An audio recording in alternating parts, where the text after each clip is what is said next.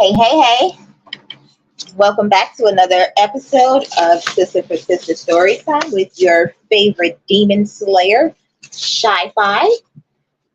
Today we are reading about the modern day human sacrifice of Chicago, Indiana Carthaginians, as well as New York and Atlanta. These 3 points, 312, the Star Formation. Orion's Belt is the starting point. So what we want to do today is touch on how today's elite is subtly leading you into a burning furnace, whether mentally, physically, spiritually, however you want to put it.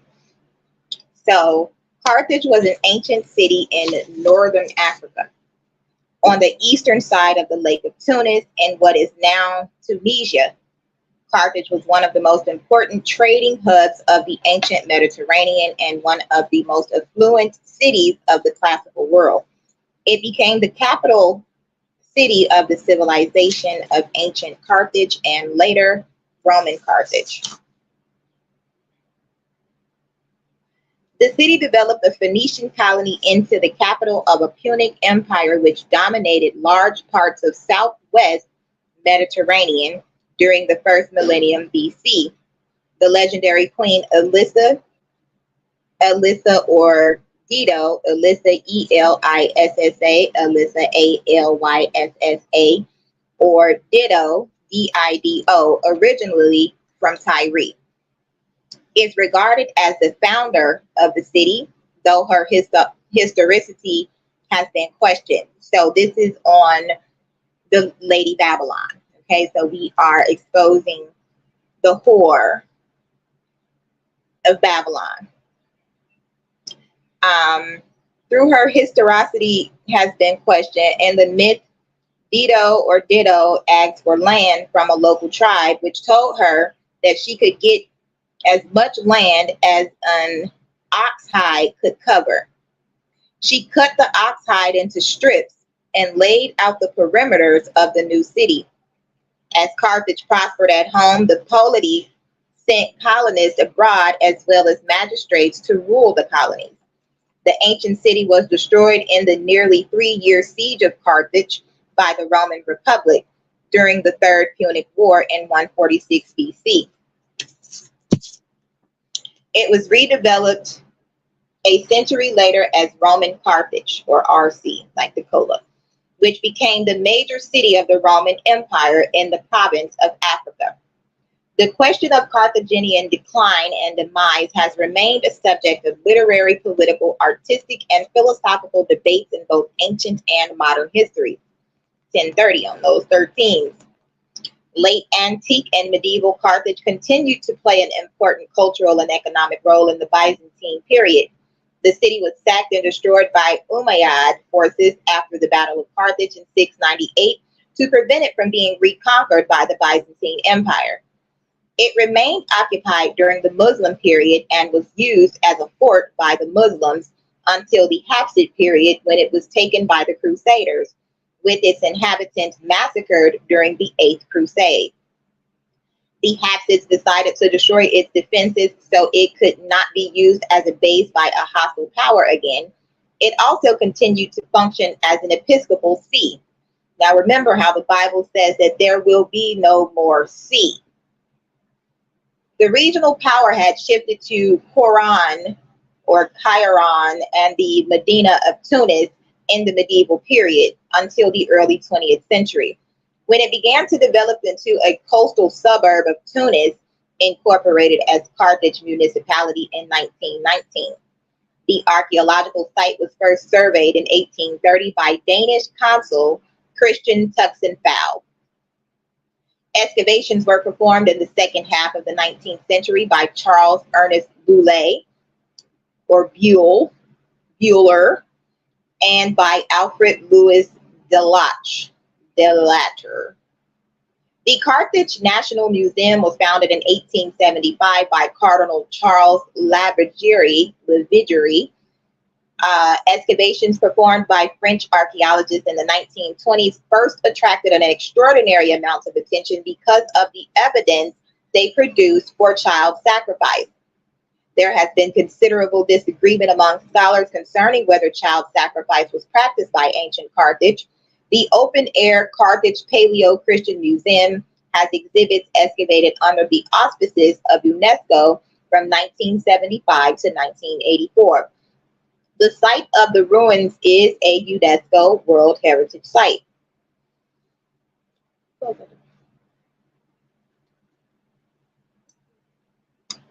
The etymology. The name Carthage is the early modern Anglicization of Middle French Carthage from Latin Carthago and Carthago with a K, Greek Carthaginians, and Etruscan Caroaza from the Punic Court hat, whatever, or meaning new city.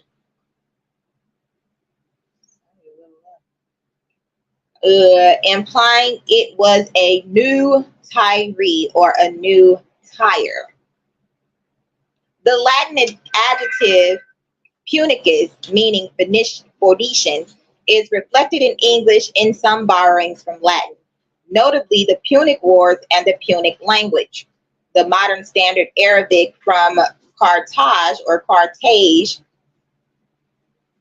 is an adoption of French Carthage, replacing an older local toponym reported as Cartagena that directly continued the Latin name. Topography, layout, and society. Carthage was built on a promontory with sea inlets to the north and the south. The city's location made it master of the Mediterranean's maritime trade. All ships crossing the sea had to pass between Sicily and the coast of Tunisia, where Carthage was built, affording it great power and influence. Two large artificial harbors were built within the city, one for harboring the city's prodigious navy of 220 warships on those 22s, and the other for mercantile trade. A walled tower overlooked both harbors. The city has massive walls, 37 kilometers, 23 miles long, Jordan, which was longer than the walls of comparable cities. Most of the walls were on the shore, and so could be less impressive, as Carthaginian control of the sea made attack from that direction difficult. The 4.0 to 4.8 kilometers or 2.5 to 3 mile of wall on the isthmus to the west were truly massive and were never penetrated. Carthage was one of the largest cities on the Hellenistic period and was among the largest city in pre-industrial history. Whereas by AD 14, Rome had at least 750,000 inhabitants, and in the following century may have reached 1 million, the cities of Alexandria and Antioch numbered only a few 100,000 or less. According to the history of Herodian, Carthage rivaled Alexandria for second place in the Roman Empire. That's CA, or like California, backwards, AC, Antichrist. The Punic Carthage was divided into 4 equally sized residential areas with the same layout. The Punic had religious areas, marketplaces, council houses, towers, a theater, and a huge necropolis. Roughly in the middle of the city stood a high citadel called the Bursa. Surrounding Carthage were walls of great strength, set in places to rise above 13 meters. There's that 13 again, being nearly 10 meters thick. According to ancient authors, to the west, 3 parallel walls were built. The walls altogether ran for about 33 kilometers or 21 miles to encircle the city. Loop. The heights of the Bursa were additionally fortified, this area being the last to succumb to the Romans in 146 BC. Originally, the Romans had landed their army on the strip of land extending southward from the city. Outside the city walls of Carthage is the Cora, or farmlands of Carthage. Quora encompassed the limited area, the north coastal tail, the lower Bagradas River Valley, inland from Utica, Cape Bon, and the adjacent Sahel on the east coast. Punic culture here achieved the introduction of agricultural sciences, first developed for lands of the eastern Mediterranean, and their adaptation to local African conditions. The urban landscape of Carthage is known in part from ancient authors, augmented by modern digs and surveys conducted by archaeologists. The first urban nucleus, dating to the 7th century in area about 10 hectares or 25 acres, was apparently located on low-lying lands along the coast north of the later harbors. As confirmed by archaeological excavations, Carthage was a creation ex nihilo, built on virgin land and situated at what was then the end of a peninsula. Think Michigan or Florida. Here, among mud brick walls and beaten clay floors, recently uncovered, were also found extensive cemeteries, which yielded evocative grave goods like clay masks, the mask. Thanks to this burial archaeology, we know more about archaic Carthage than about any other contemporary city in the Western Mediterranean. Already in the 8th century, fabric dyeing operations had been established, evident from crushed shells of murex, from which the Phoenician purple was derived. Nonetheless, only a meager picture of the cultural life of the earliest pioneers in the city can be conjectured, and not much about housing, monuments, or defenses. The Roman poet Virgil, oh my God, what happened to Virgil? 70 to 19 BC, imagined early Carthage when his legendary character Aeneas had arrived there. Aeneas found where lately huts had been, marvelous buildings, gateways, cobbled ways, and den of wagons. There the Tyrians were hard at work, laying courses for walls, rolling up stones to build the citadel, while others picked out building sites and plowed a boundary furrow. Laws were being enacted, magistrates and a sacred senate chosen. Here men were dredging harbors, there they laid the deep foundations of a theater and quarried massive pillars. 10-4. The two inner harbors named Cothon and Punit were located in the southeast, one being commercial and the other for war. Their definite functions are not entirely known, probably for the construction, outfitting, or repair of ships, perhaps also loading and unloading cargo. Larger anchorages existed to the north and south of the city. North and west of the Cothon were located several industrial areas, metalworking and pottery for amphora, which could serve both inner harbors and ships anchored to the south of the city. Considering the importance of the Bursa, the citadel area to the north, our knowledge of it is patchy. Its prominent heights were the scene of fierce combat during the fiery destruction of the city in 146 BC. The Bursa was the reported site of the temple of Eshmun, the healing god, at the top of a stairway of 60 steps. A temple of Tanit, the city's queen goddess, was likely situated on the slope of the lesser Bursa immediately to the east, which runs down toward the sea. Also situated on the Bursa were luxury homes.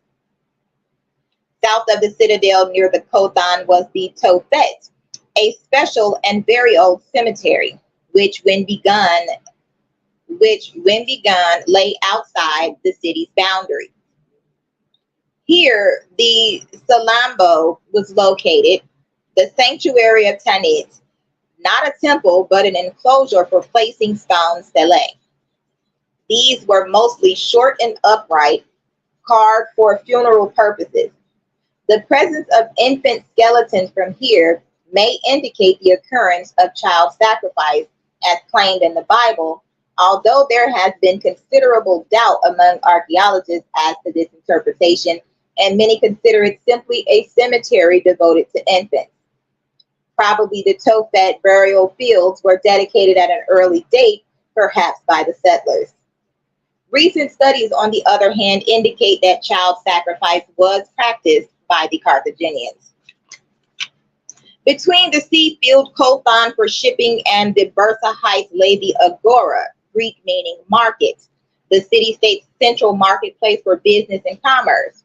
The Agora was also an area of public squares and plazas where the people might formally assemble or gather for festivals. It was the site of religious shrines and the location of whatever were the major municipal buildings of Carthage. Here beat the heart of civic life. In this district of Carthage, more probably the ruling suffets presided, the council of elders convened, the tribunal of the 104 met, or the 10-4. And justice was dispensed at trials in the open air. Libra. Early residential districts wrapped around the Bursa from the south to the northeast. Houses usually were whitewashed and blank to the street, but within were courtyards open to the sky. In these neighborhoods, multi-story construction later became common, some up to 6 stories tall, according to the ancient Greek author. Several architectural floor plans of homes have been revealed by recent excavations, as well as the general layout of several city blocks. Stone stairs were set in the streets and drainage was planned in the form of soakaways leaching into the into the sandy soil. Along the Bursa's southern slope were located not only fine old homes, but also many of the earliest grave sites, juxtaposed in small areas interspersed with daily life.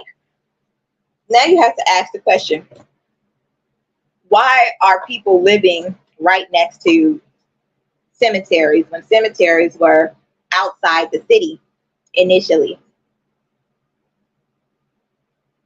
Artisan workshops were located at the city at sites north and west of the harbors. The location of 3 metal workshops implied from iron slag and other vestiges of such activity were found adjacent to the naval and commercial harbors, and another 2 were further up the hill toward the Bursa citadel. Sites of pottery kilns have been identified between the Agora and the harbors and further north. Earthenware often used Greek models. A fuller's shop for preparing woolen cloth, shrink and thicken, was evidently situated further to the west and the south, then by the edge of the city.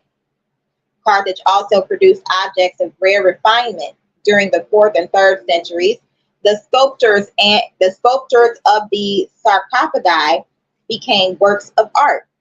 Bronze engraving and stone carving reached their zenith. The elevation of the land at the promontory on the seashore to the northeast, now called Sidi Bou Said or Sayed, was twice as high above sea level as that at the Bursa, 100 meters and 50 meters. In between runs a ridge, several times reaching 50 meters. It continues northwestward along the seashore and forms the edge of a plateau-like area between the Bursa and the sea. Newer urban developments lay here in these northern districts. Due to the Romans' leveling of the city, the original Punic urban landscape of Carthage was largely lost. Since 1982, French archaeologist Serge Lancel excavated a residential area of the Punic Carthage on top of Bursa Hill near the Forum of the Roman Carthage. The neighborhood can be dated back to early 2nd century BC, and with its houses, shops, and private spaces, is significant for what it reveals about daily life of the Punic Carthage. The remains have been preserved under embankments, the substructures of the later Roman Forum, whose foundation piles dot the district. The housing blocks are separated by a grid of straight streets about 6 meters or 20 feet wide, with a roadway consisting of clay.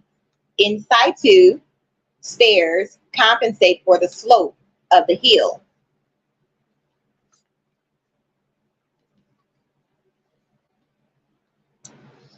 Construction of this type presupposes organization and political will and has inspired the name of the neighborhood, Hannibal District.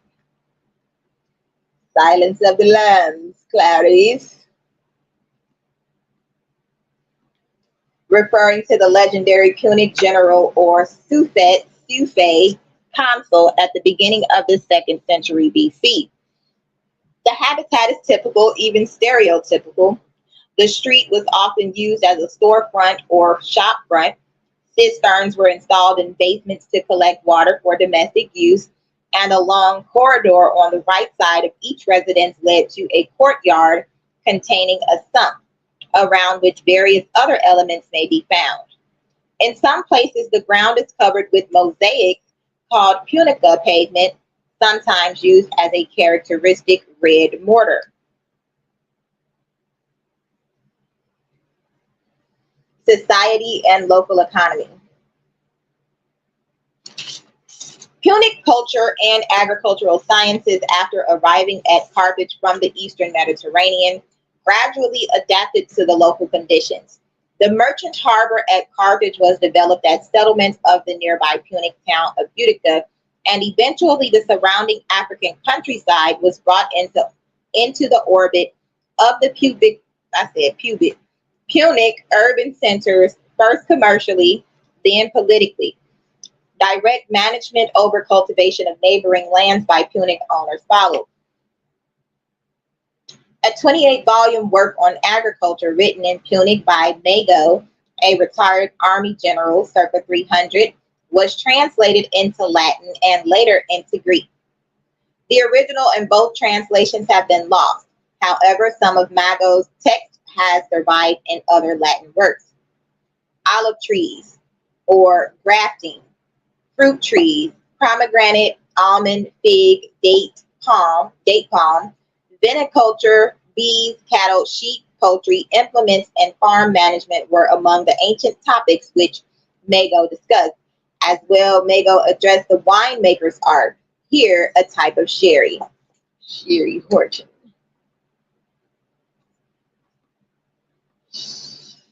Be quiet. Tonight is the night that we ride. We choppers. In Punic farming society, according to Mago, the small estate owners were the chief producers. They were, to modern historians, right, not absent landlords. Rather, the likely reader of Mago was the master of a relatively modest estate from which, by great personal exertion, he extracted the maximum yield. Mago counseled the rural landowner, for the sake of their own utilitarian interests, to treat carefully and well their managers and farm workers, or their overseers and slaves. Yet elsewhere, these writers suggest that rural land ownership provided also a new power base among the city's nobility for those resident in their country villas. By many, farming was viewed as an alternative endeavor to an urban business.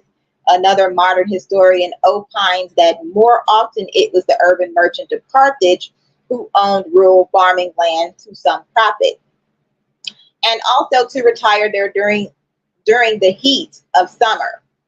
It may seem that Mago anticipated such an opinion and instead issued this contrary advice, as quoted by the Roman writer Columella. The man who acquires an estate must sell his house lest he prefer to live in the town rather than in the country. Anyone who prefers to live in a town has no need of an estate in the country.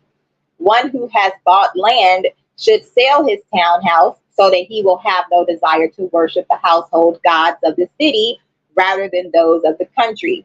The man who takes greater delight in his city residence will have no need of a country estate.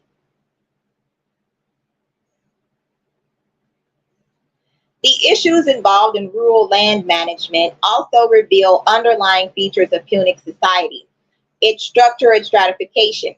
The hired workers might be considered rural proletariat drawn from the local Berbers.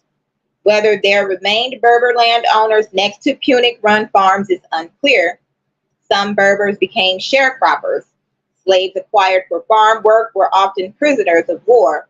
In lands outside Punic political control, independent Berbers cultivated grain and raised horses on their lands.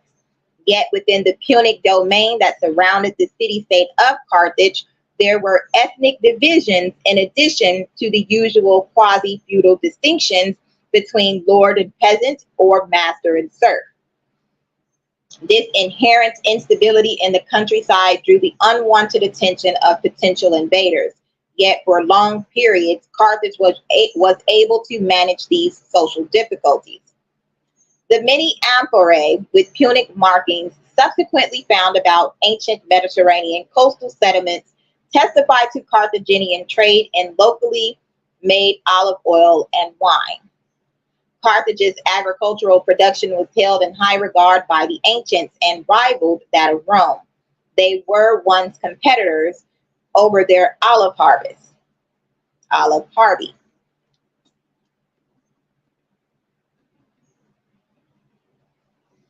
Under Roman rule, however, grain production, wheat and barley for export, increased dramatically in Africa. Yet these later fell with the rise in Roman Egypt's grain exports.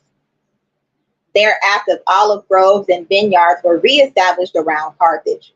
Visitors to the several growing regions that surrounded the city wrote admiringly of the lush green gardens, orchards, fields, irrigation channels, hedge groves as boundaries, as well as the many prosperous farming towns located across the rural landscape. Accordingly, the Greek author and compiler Diodorus Siculus, the 1st century BC, who enjoyed access to ancient writings later lost, and on which he based most of his writings, described agricultural land near the city of Carthage circa 310 BC. It was divided into market gardens and orchards of all sorts of fruit trees, with many streams of water flowing in channels irrigating every part. There were country homes everywhere, lavishly built and covered with stucco. Part of the land was planted with vines, part with olives and other productive trees. Beyond these, cattle and sheep were pastured on the plains, and there were meadows with grazing horses. Let me give me some water.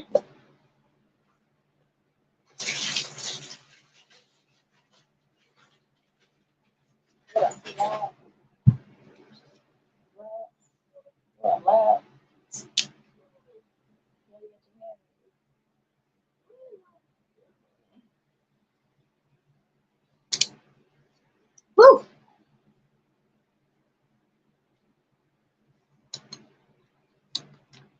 $10.55, 555. The ancient history. Greek cities contested with Carthage for the Western Mediterranean, culminating in the Sicilian Wars and the Pyrrhic War over Sicily, while the Romans fought 3 wars against Carthage, known as the Punic Wars, from the Latin Punic, meaning Phoenician, as Carthage was a Phoenician colony grown into an empire. The Punic Republic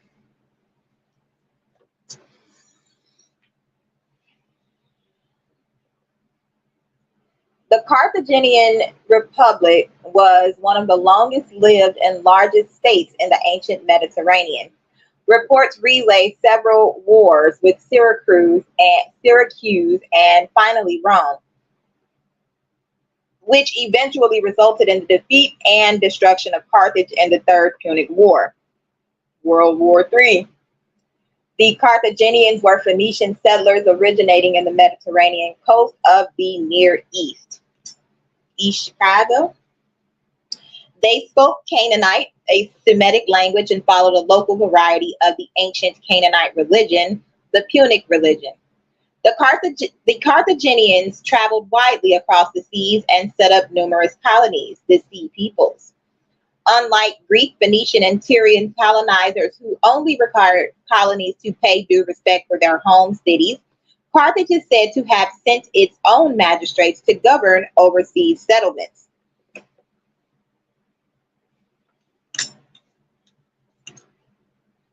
The fall of Carthage came at the end of the Third Punic War in 146 BC at the Battle of Carthage.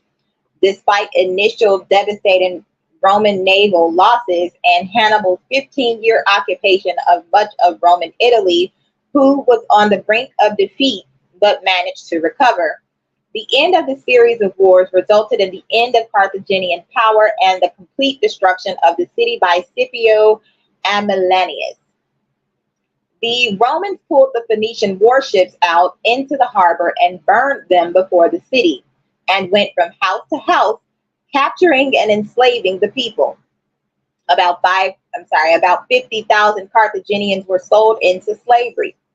The city was set ablaze and razed to the ground, leaving only ruins and rubble. Barney?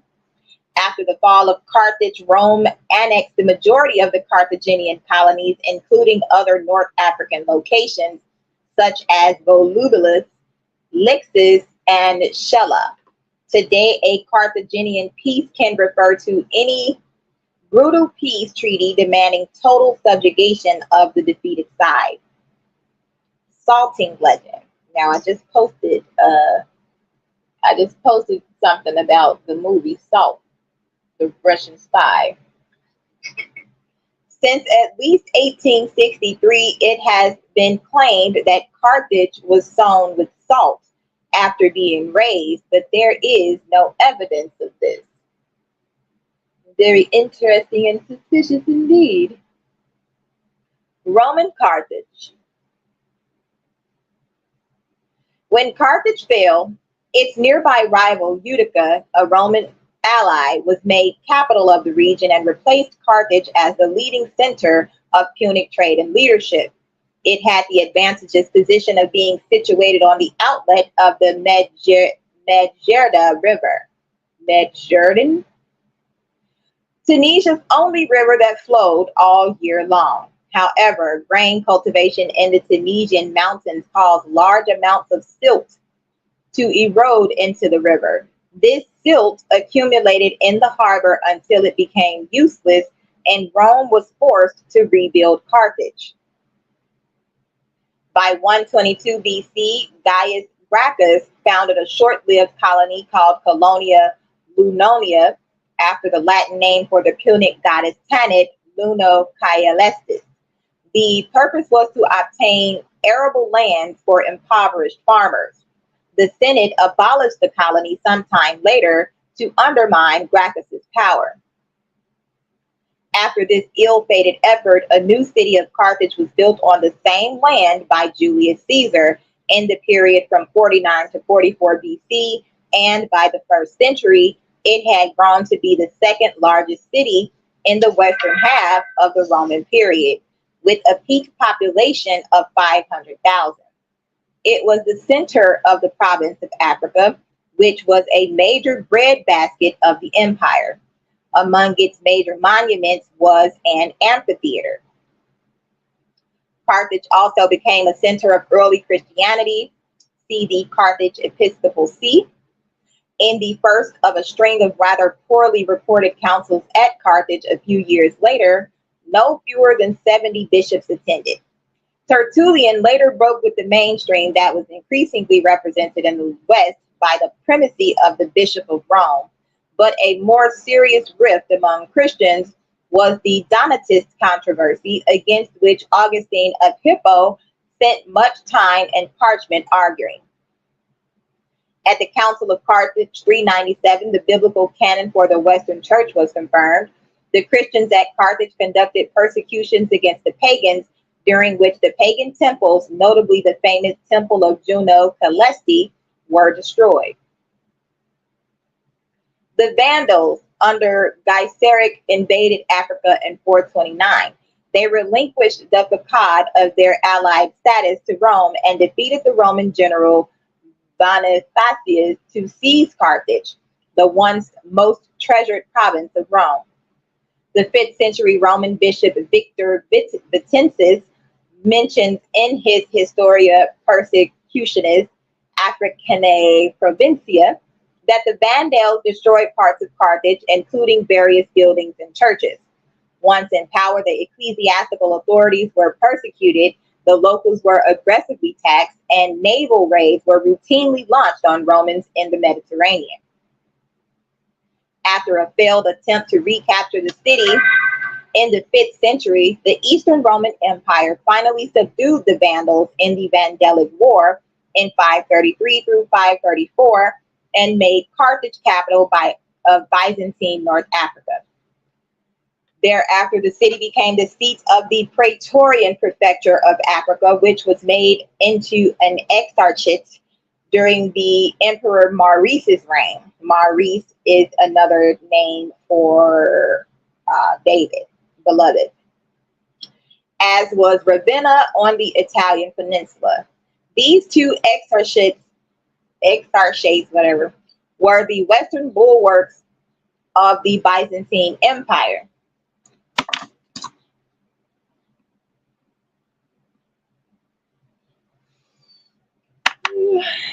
All that remained of its power in the west. In the early 7th century, Heraclius the Elder, the exarch of Carthage, overthrew the Byzantine Empire Bacchus, whereupon his son Heraclius succeeded to the imperial throne.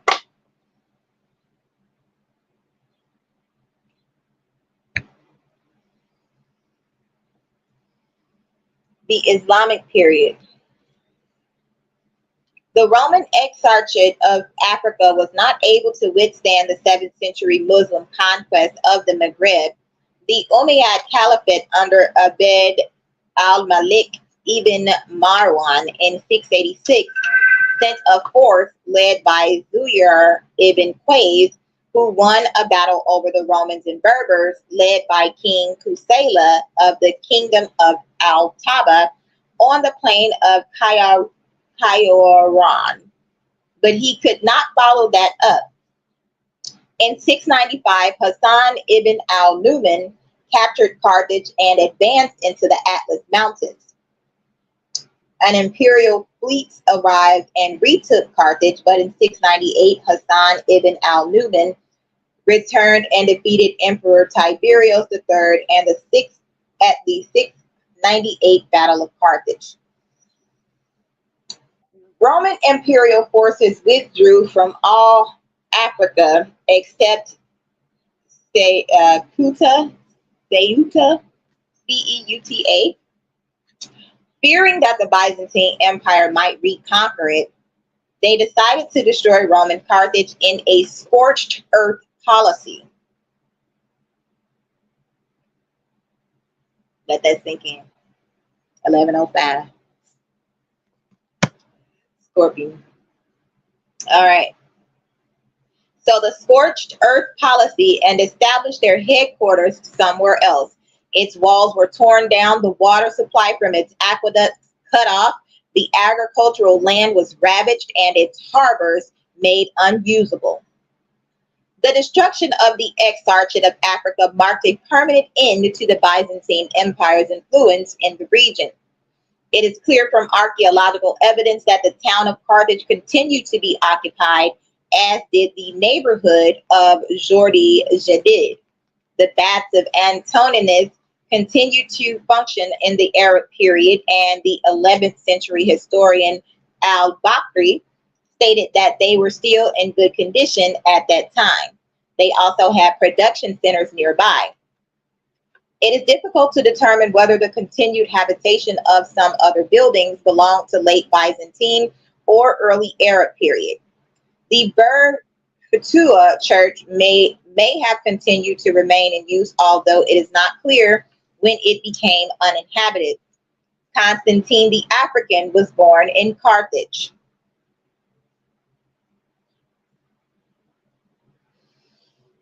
The Medina of Tunis, originally a Berber settlement, was established as the new regional center under the Umayyad Caliphate in the early 8th century. Under the Aghlabids, the people of Tunis revolted numerous times, but the city profited from economic improvements and quickly became the second most important in the kingdom. It was briefly the national capital from the end of the reign of Ibrahim II in 902 until 909, when the Shiite Berbers took over Ifriqiya, and founded the Fatimid Caliphate. Carthage remained a residential see until the High Medieval period and is mentioned in two letters of Pope Leo XI, dated 1053, written in reply to consultations regarding a conflict between the bishops of Carthage and gummy bears. In each of the two letters, Pope Leo declares that after the Bishop of Rome, the first Archbishop, the chief metropolitan of the whole of Africa, is the Bishop of Carthage. Later, an Archbishop of Carthage named Cyriacus was imprisoned by the Arab rulers because of an accusation by some Christians. Pope Gregory VII wrote Cyriacus a letter of consolation, repeating the hopeful assurances of the primary of the Church of Carthage, whether the Church of Carthage should still lie desolate or rise again in glory. By 1076, Cyriacus was set free, but there was only one other bishop in the province. These are the last of whom there is mention in that period of the history of the see.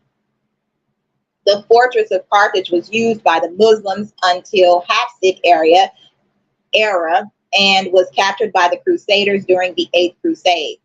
The inhabitants of Carthage were slaughtered by the Crusaders after they took it, and it was used as a base of operations against the Hafsids. After repelling them, Muhammad I al-Mustansir decided to raise Carthage's defenses in order to prevent a repeat. Modern history. Carthage is some 15 kilometers or 9.3 miles east-northeast of Tunis. The settlements nearest to Carthage were the town of Sidi Bouzid to the north and the village of Lakram to the south. Sidi Bouzid was a village which had grown around the tomb of the eponymous Sufi saint, 1231, which had been developed into a town under Ottoman rule in the 18th century. Lakram was developed in the late 19th century under French administration as a settlement close to the port of La Goulette. In 1881, Tunisia became a French protectorate, and in the same year, Charles Lavagere, who was Archbishop of Algiers, became apostolic administrator of the Vicariate of Tunis. In the following year, Lavagere became a cardinal. He saw himself as the reviver of the ancient Christian Church of Africa, the Church of Cyprian of Carthage, and on 10 November 1884 was successful in his great ambition of having the metropolitan see of Carthage restored, with himself as its first archbishop.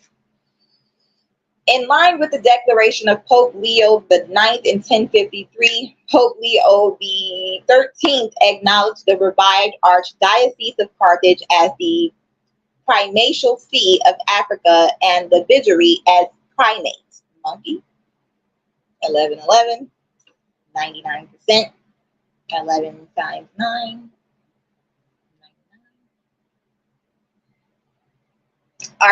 Archaeological sites. The Danish consul Christian Tuxen-Fowl conducted a first survey of the topography of the archaeological site published in 1883. Antiquarian interest was intensified following the publication of Flaubert's Salammbô in 1858. Charles Ernest Buell performed some preliminary excavations of Roman remains on Bursa Hill in 1860.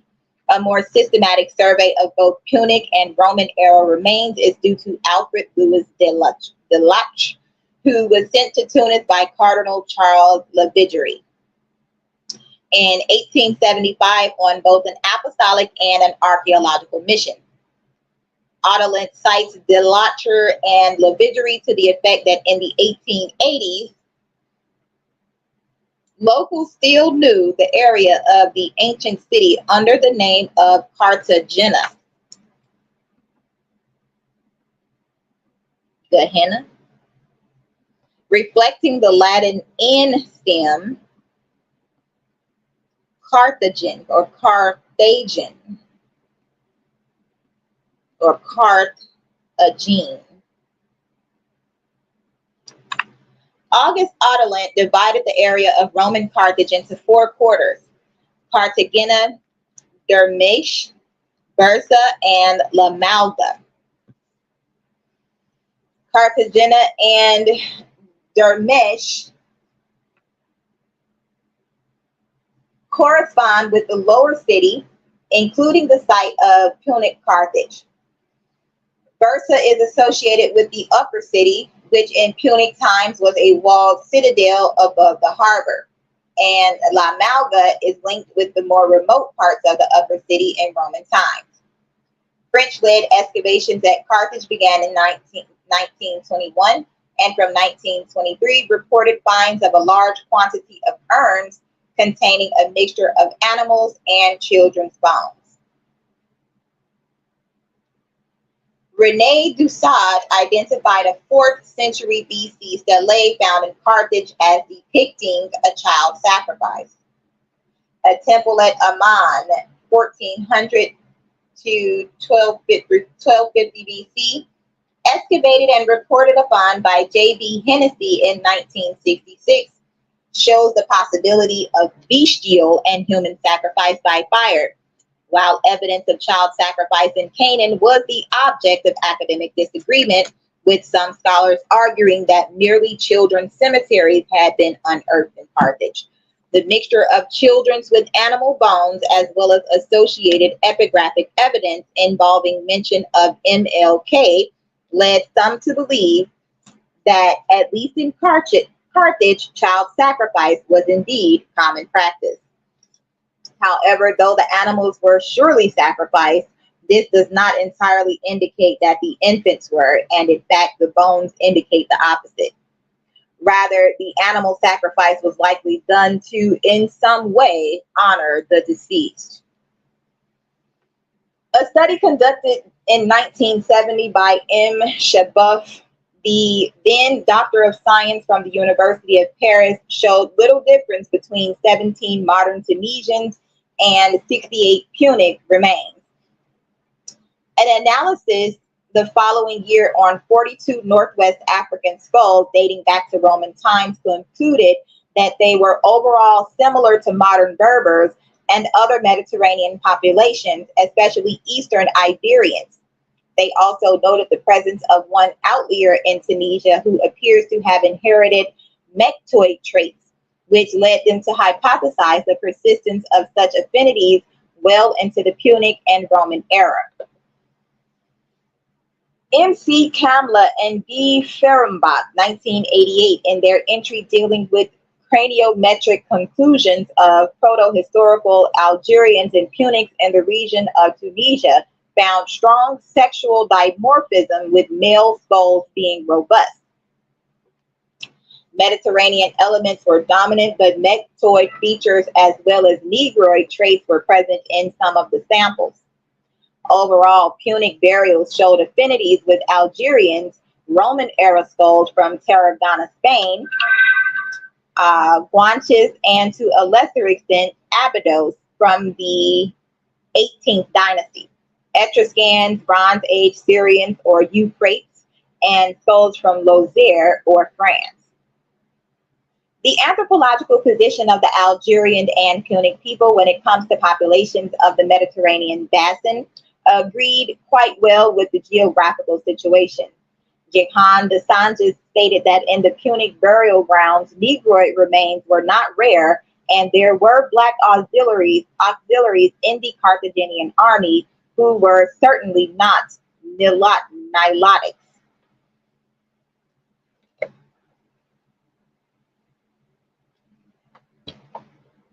In 1990, Shomarka Kita, a biological anthropologist, had conducted a craniometric study which featured a set of remains from northern Africa.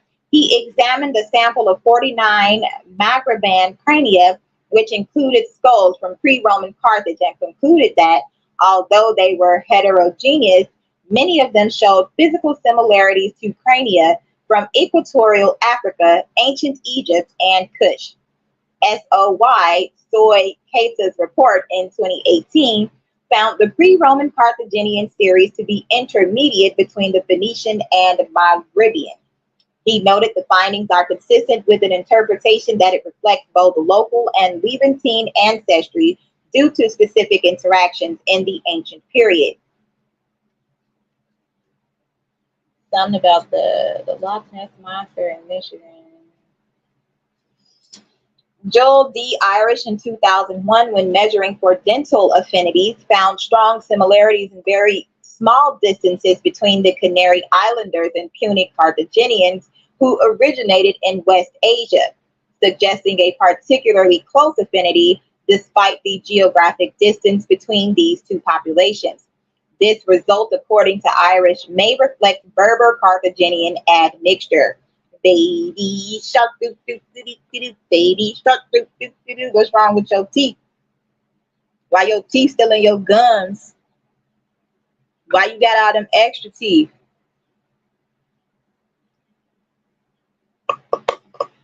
Ooh, why are your teeth so big, Granny? The better to eat you with, my dear. Oh, okay. So, the Canary Island sample is most similar to the four samples from Northwest Africa: the Shawiya Berbers, Kabyle Berbers, Bedouin Arabs, and Carthaginians, less similar to the three Egyptian samples and least like the three Nubian samples. Give me 1 second.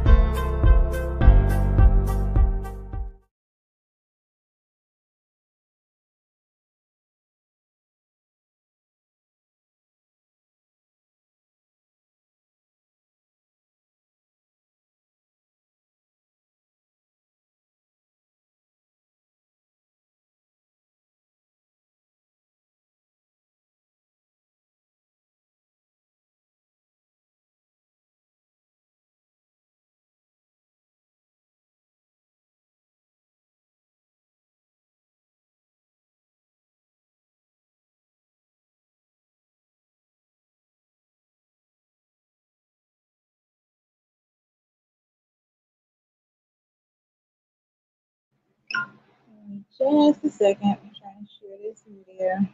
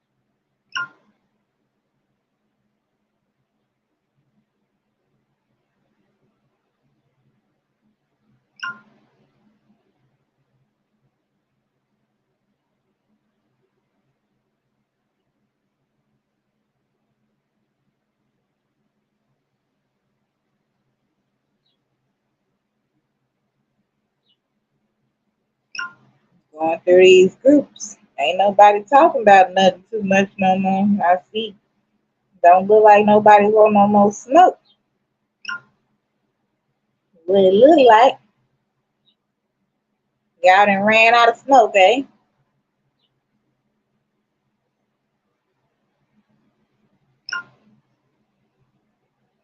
Well, I'll give y'all something to talk about. How about that? How about that?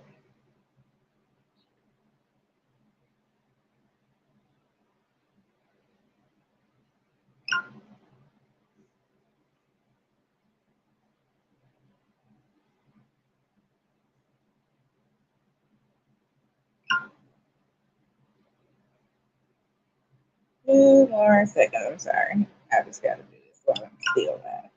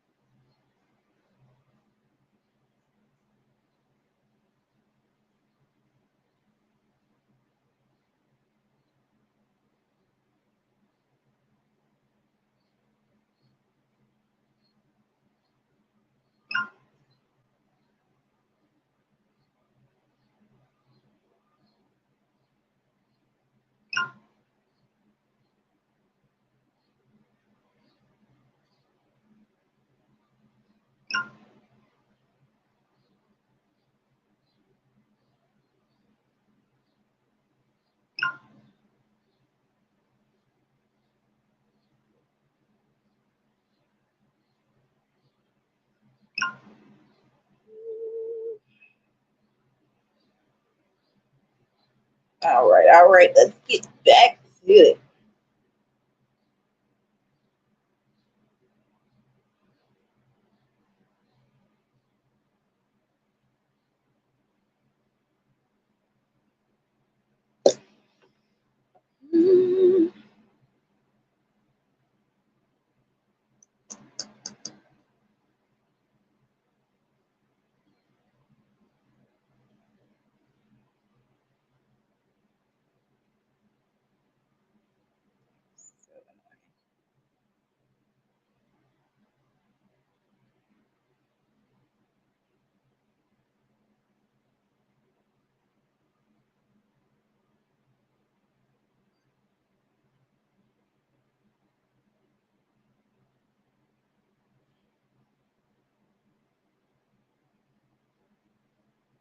All right.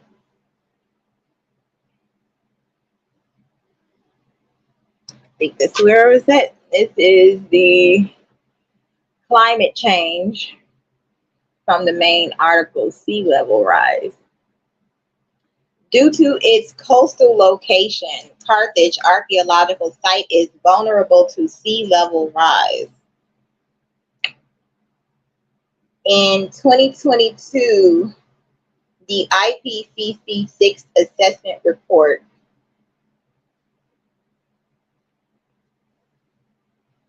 included it in a list of African cultural sites which would be threatened by flooding and coastal erosion by the end of the century. But only if climate change followed RCP 8.5, which is 13, which is the scenario of high and continually increasing greenhouse gas emissions associated with the warming of over 4 degrees Celsius, and is no longer considered very likely. The other more plausible scenarios result in lower warming levels and consequently lower sea level rise. Yet sea levels would continue to increase for about 10,000 years under all of them. Even if the warming is limited to 1.5 degrees Celsius, global sea level rise is still expected to exceed 2 to 3 meters or 7 to 10 feet after 2,000 years, and higher warming levels will see larger increases by then, consequently exceeding 2,100 levels of sea level rise under RCP 8.5. negative 0.75 meters or 2 feet with a range of 0.5 to 1 meter or 2 to 3 feet well before the year 4000. Thus, it is a matter of time before the Carthage archaeological site is threatened by rising water levels, unless it can be protected by adaptation efforts such as sea walls. The commune of Carthage was created by a decree of the Bey of Tunis on 15 June 1919 during the rule of Nasser Bey. In 1920, the first seaplane base was built on the Lake of Tunis for the seaplanes of Compagnie Aeronavale. The Tunis airfield opened in 1938, serving around 5,800 passengers annually on the Paris-Tunis route. During World War II, the airport was used by the United States Army Air Force, 12th Air Force, as a headquarters and command control base for the Italian campaign of 1943. Construction on the Tunis-Carthage airport, which was fully funded by France, began in 1944, and in 1948, the airport became the main hub for Tunis Air. In the 1950s, the Lycée François de Carthage was established to serve French families in Carthage. In 1961, it was given to the Tunisian government as part of the independence of Tunisia. So the nearby College Maurice Callot in La Marsa, previously an annex of the Lycée François de Carthage, was renamed to the Lycée François de la Marsa and began serving the Lycée level. It is currently the Lycée Gustave Flaubert. After Tunisian independence in 1956, the Tunis conurbation gradually extended around the airport, and Carthage, or Carthage, or Carthasia, is now a suburb of Tunis, covering the area between Sidi Bou Said and Le Cram. Its population as of January 2013 was estimated at 21,276, mostly attracting the more wealthy residents.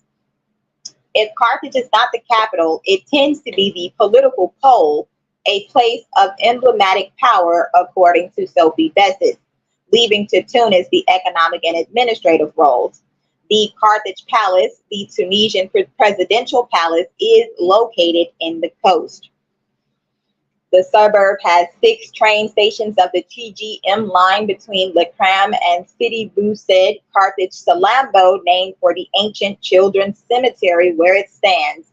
Carthage Bursa, named for Bursa Hill. Carthage Dermesh. Carthage Hannibal, named for Hannibal. Carthage Presidents, named for the presidential palace. And Carthage Hamilcar, named for Hamilcar.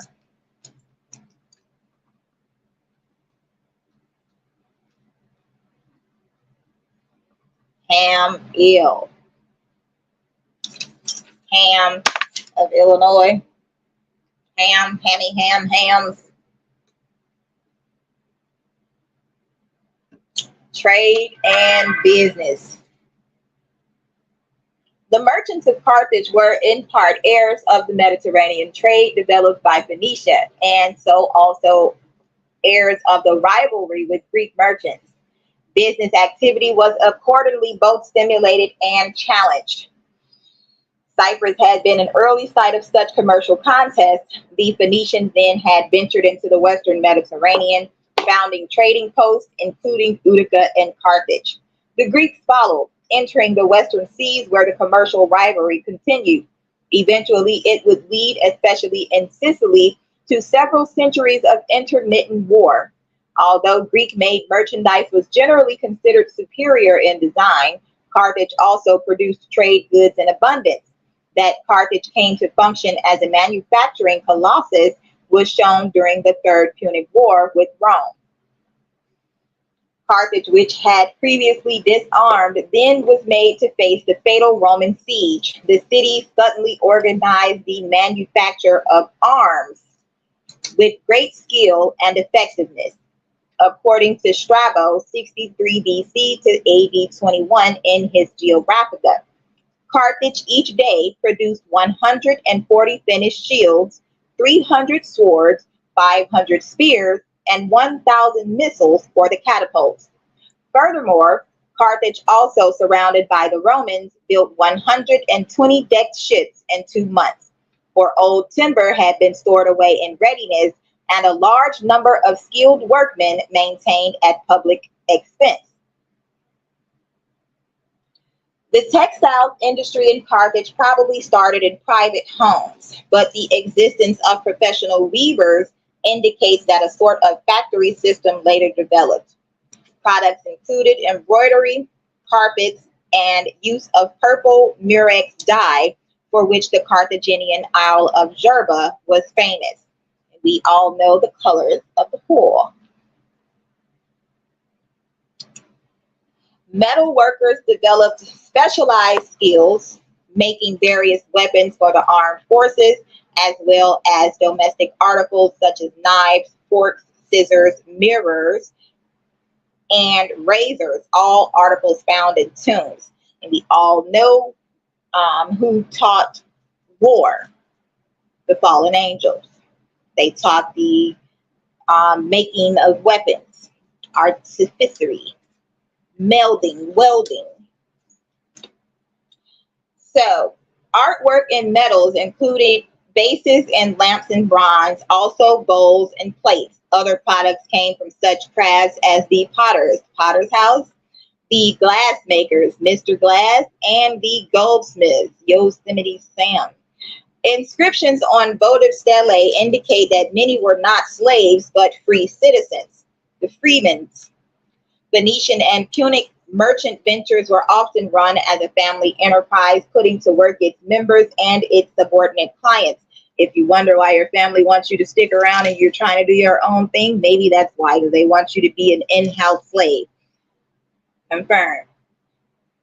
So, such family-run businesses might perform a variety of tasks, own and maintain the ships, providing the captain and crew due to the negotiations overseas, either by barter or buying and selling of their own manufactured commodities and trade goods and native products, metals, foodstuffs, etc., to carry and trade elsewhere and send their agents to stay at distant outposts in order to make lasting local contacts and later to establish a warehouse of shipped goods for exchange and eventually perhaps a settlement. Over generations, such activity might result in the creation of a wide-ranging network of trading operations. Ancillary would be the growth of reciprocity between different family firms, foreign and domestic. State protection was extended to its sea traders by the Phoenician city of Tyre, and later likewise by the daughter city-state of Carthage. Stephanie Giselle, the well-regarded French historian of ancient North Africa, summarized the major principles guiding the civic rulers of Carthage with regard to its policies for trade and commerce. To open and maintain markets for its merchants, whether by entering into direct contact with foreign peoples using either treaty negotiations or naval power, or by providing security for isolated trading stations. The reservation of markets exclusively for the merchants of Carthage, or where competition could not be eliminated, to regulate trade by state-sponsored agreements with its commercial rivals. Suppression of piracy and promotion of Carthage's ability to freely navigate the seas. Both the Phoenicians and the Carthaginians were well known in antiquity for their secrecy in general, and especially pertaining to commercial contacts and trade routes. Both cultures excelled in commercial dealings. Strabo, 63 BC through AD 21, the Greek geographer, wrote that before its fall in 146 BC, Carthage employed a population of 700,000 and directed an alliance of 300 cities. The Greek historian Polybius, or Polybius, sounds like a bisexual, polyamorous person, referred to Carthage as the wealthiest city in the world. The constitution of state. A suffet, possibly two, was elected by the citizens and held office with no military power for a one-year term. Carthaginian generals marshaled mercenary armies and were separately elected. From about 550 to 450, the Magonid family monopolized the top military position. Later, the Barcid family acted similarly. Eventually, it came to be that after a war, the commanding general had to testify justifying his actions before a court of 104 judges. 10:4. Aristotle 384 through 322, Skull and Bones, discusses Carthage in his work Politica. He begins, the Carthaginians are also considered to have an excellent form of government. He briefly describes the city as a mixed constitution, Ezra 10:4. He briefly describes the city, a political arrangement with cohabiting elements of monarchy, aristocracy, and democracy.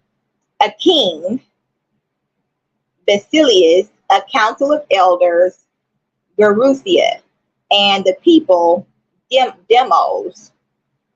Later, Polybius of Megalopolis, 204 to 122, in Greek, in his histories would describe the Roman Republic in more detail as a mixed constitution in which the consuls were the monarchy, the Senate the aristocracy, and the assemblies the democracy.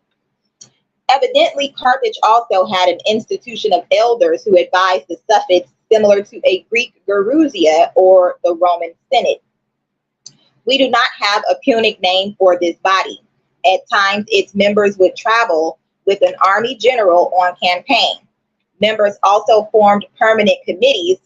The institution had several hundred members drawn from the wealthiest class who held office for life.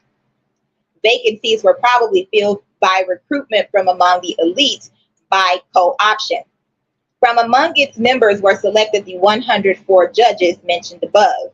Later, the 104 would come to evaluate not only army generals, but other office holders as well.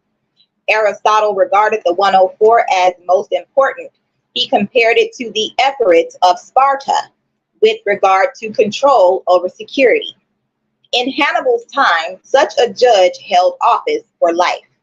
At some stage, there also came to be independent, self-perpetuating boards of 5 who filled vacancies and supervised non-military government administration. The 5, aka the vice lords. Popular assemblies also existed at Carthage when deadlocked the suffets and the quasi-senatorial institution of elders might request the assembly to vote. Also, assembly votes were requested in very crucial matters in order to achieve political consensus and popular coherence. The assembly members had no legal wealth or birth qualification. How its members were selected is unknown, whether by festival group or urban board or another method. The Greeks were favorably impressed by the constitution of Carthage. Aristotle had a separate study of it made, which unfortunately is lost. In his Politica, he states the government of Carthage is oligarchical, but they successfully escaped the evils of oligarchy by enriching one portion of the people after another by sending them to their colonies. Their policy is to send some poorer citizens to their dependent towns where they grow rich. Yet Aristotle continues, if any misfortune occurred and the bulk of the subjects revolted, there would be no way of restoring peace by legal means. Aristotle remarked also, many of the Carthaginian institutions are excellent.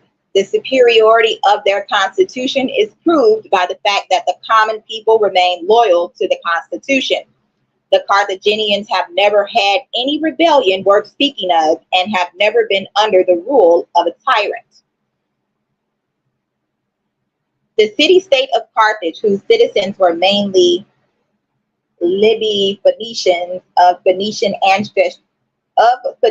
ancestry born in Africa, dominated and exploited an agricultural countryside composed mainly of native Berber sharecroppers and farm workers whose affiliations to Carthage were open to divergent possibilities. Beyond these more settled Berbers and the Punic farming towns and rural manors lived the independent Berber tribes who were mostly pastoralists. In the brief, uneven review of government at Carthage found in his Politica, Aristotle mentioned several faults, thus, that the same person should hold many offices, which is a favorite practice among the Carthaginians. Aristotle disapproves mentioning the flute player and the shoemaker. Pinocchio. Also, that magistrates should be chosen not only for their merits but for their wealth. Aristotle's opinion is that focus on pursuit of wealth will lead to oligarchy and its evils. Surely it is a bad thing that the greatest offices should be bought. The law which allows this abuse makes wealth of more account than virtue, and the whole state becomes avaricious. For whenever the chiefs of the state deem anything honorable, the other citizens are sure to follow their example. And where virtue has not the first place, their aristocracy cannot be firmly established. In Carthage, the people seemed politically satisfied and submissive, according to the historian Warmington. They, in their assemblies, only rarely exercised the fewer opportunities given them to assent to state decisions. Popular influence over government appears not to have been an issue at Carthage. Being a commercial republic fielding a mercenary army, the people were not conscripted for military service, an experience which can foster the feel for popular political action. But perhaps this misunderstands the society. Perhaps the people, whose values are based on small group loyalty, felt themselves sufficiently connected to their city's leadership by the very integrity of the person-to-person linkage within their social fabric. Carthage was very stable. There were few openings for tyrants. Only after defeat by Rome devastated Punic imperial ambitions did the people of Carthage seem to question their governance and to show interest in political reform. In 196, following the Second Punic War, 218 to 201, Hannibal, still greatly admired as a Barcid military leader, was elected suffet. When his reforms were blocked by a financial official about to become a judge for life, Hannibal rallied the populace against the 104 judges. He proposed a one-year term for the 104 as part of a major civic overhaul. Additionally, the reform included a restructuring of the city's revenues and the fostering of trade and agriculture. The changes rather quickly resulted in a notable increase in prosperity. Yet his incorrigible political opponents cravenly went to Rome to charge Hannibal with conspiracy, namely plotting war against Rome in league with Antiochus, the Hellenic ruler of Syria. Although the Roman Scipio Africanus resisted much such maneuver, eventually intervention by Rome forced Hannibal to leave Carthage. Thus, corrupt city officials efficiently blocked Hannibal in his efforts to reform the government of Carthage. Mago, 6th century, was king of Carthage, the head of the state, ward leader, and religious figurehead. His family was considered to possess a sacred quality.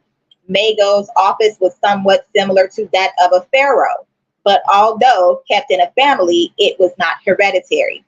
It was limited by legal consent. Picard accordingly believed that the Council of Elders and the Popular Assembly are late institutions. Carthage was founded by the King of Tyre, who had a royal monopoly on this trading venture. Thus, it was the royal authority stemming from this traditional source of power that the King of Carthage possessed. Later, as the other Phoenician ship companies entered the trading region and so associated with the city-state, the King of Carthage had to keep order among a rich variety of powerful merchants in their negotiations among themselves and over risky commerce across the Mediterranean. Under these circumstances, the office of king began to be transformed. Yet it was not until the aristocrats of Carthage became wealthy owners of agricultural lands in Africa that a council of elders was institutionalized at Carthage. Contemporary sources. Most ancient literature concerning Carthage comes from Greek and Roman sources, as Carthage's own documents were destroyed by the Romans. Apart from inscriptions, hardly any Punic literature has survived, and none in its own language and script. A brief catalog would include 3 short treaties with Rome, Latin translations, several pages of Hanno the Navigator's logbook concerning his 5th century maritime exploration of the Atlantic coast of West Africa, a Greek translation, fragments quoted from Mago's 4th or 3rd century 28-volume treatise on agriculture, again Latin translations, and Roman playwright Plautus 250 to 184 in his Poenilus incorporates a few fictional speeches delivered in Punic. Those written lines are transcribed into Latin letters phonetically. The thousands of inscriptions made in Punic script, thousands but many extremely short, a dedication to a deity with the personal names of the devotees. From the Greek author Plutarch, circa 46 through 120, we learn of the sacred books in Punic safeguarded by the city's temples. Few Punic texts survive, however. Once the city archive, the annals, and the scribal list of suffix existed, but evidently these were destroyed in the horrific fires during the Roman capture of the city in 146 BC. Yet some Punic books, Latin Libri Punici, from the libraries of Carthage reportedly did survive the fires. These works were apparently given by Roman authorities to the newly augmented Berber rulers. Over a century after the fall of Carthage, the Roman politician turned author Gaius Sallustius Crispus, or Sallust, 86 to 34, reported his having seen volumes written in Punic, which books were said to be once possessed by the Berber king Hayem Saul II, 88 to 81. By way of Berber informants and Punic translators, Sallust had used these surviving books to write his brief sketch of Berber affairs. Probably some of Hayem Saul II's Libri Punici that had escaped the fires that consumed Carthage in 146 BC wound up later in the large royal library of his grandson, Juba II, 25 BC to AD 24. Juba II not only was a Berber king and husband of Cleopatra's daughter, but also a scholar and author in Greek of no less than 9 works. He wrote for the Mediterranean-wide audience then enjoying classical literature. The Libri Punici, inherited from his grandfather, surely became useful to him when composing his Libica, a work on North Africa written in Greek. Unfortunately, only fragments of Libica survive, mostly from quotations made by other ancient authors. It may have been Juba II who discovered the 5 centuries old logbook of Hanno the Navigator, called the Periplus, among library documents saved from fallen Carthage. In the end, however, most Punic writings that survived the destruction of Carthage did not escape the immense wreckage in which so many of antiquity's literary works perished. Accordingly, the long and continuous interactions between Punic citizens of Carthage and the Berber communities that surrounded the city have no local historian. Their political arrangements and periodic crises, their economic and work life, the cultural ties and social relations established and nourished, and frequently as kin, are not known to us directly from ancient Punic authors in written accounts.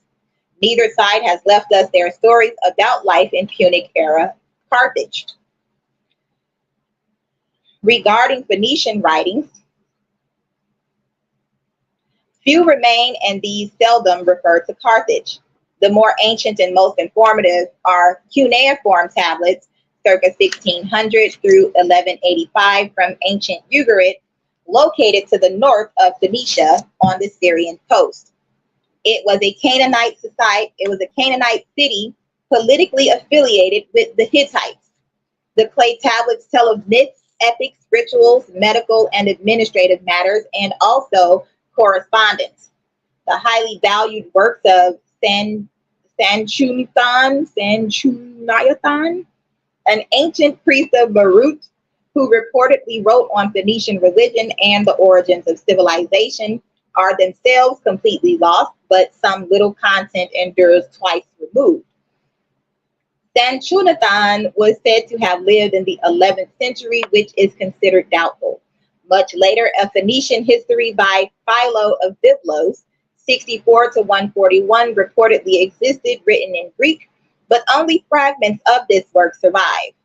An explanation proffered for why so few Phoenician works endured early on 11th century, archives and records began to be kept on papyrus, which does not long survive in a moist coastal climate. Also, both Phoenicians and Carthaginians were well known for their secrecy. Secret society. Thus, of their ancient writings, we have little of major interest left to us by Carthage or by Phoenicia, the country of origin of the city founders. Of the various Phoenician and Punic compositions alluded to by the ancient classical authors, not a single work or even fragment has survived in its original idiom. Indeed, not a single Phoenician manuscript has survived in the original language or in translation. We cannot therefore access directly the line of thought or the contour of their worldview as expressed in their own words, in their own voice. Ironically, it was the Phoenicians who invented or at least perfected and transmitted a form of writing, the alphabet, that has influenced dozens of cultures, including our own. As noted, the celebrated ancient books on agriculture written by Mago of Carthage survives only via quotations in Latin from several later Roman works. In art and literature, the scant remains of what was once a great city are reflected upon in Letitia Elizabeth Landon's poetical illustration, Carthage, to an engraving of a painting by J. Salmon, published in Fisher's Drawing Room Scrapbook, 1837, with quotes from Sir Grenville Temple's journal. The protagonist in Isaac Asimov's 1956 science fiction short story, The Dead Past, is an academic professor obsessed with debunking historical perceptions of Carthage. Now that is Carthage. Now we're going to read about the World Fair. World Fair.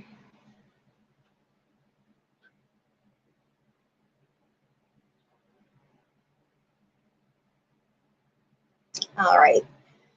This is the World's Columbian Exposition, also known as the Chicago's World Fair.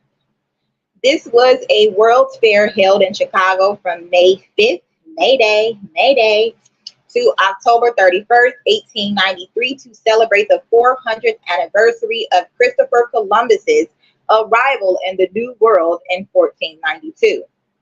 The centerpiece of the fair, held in Jackson Park,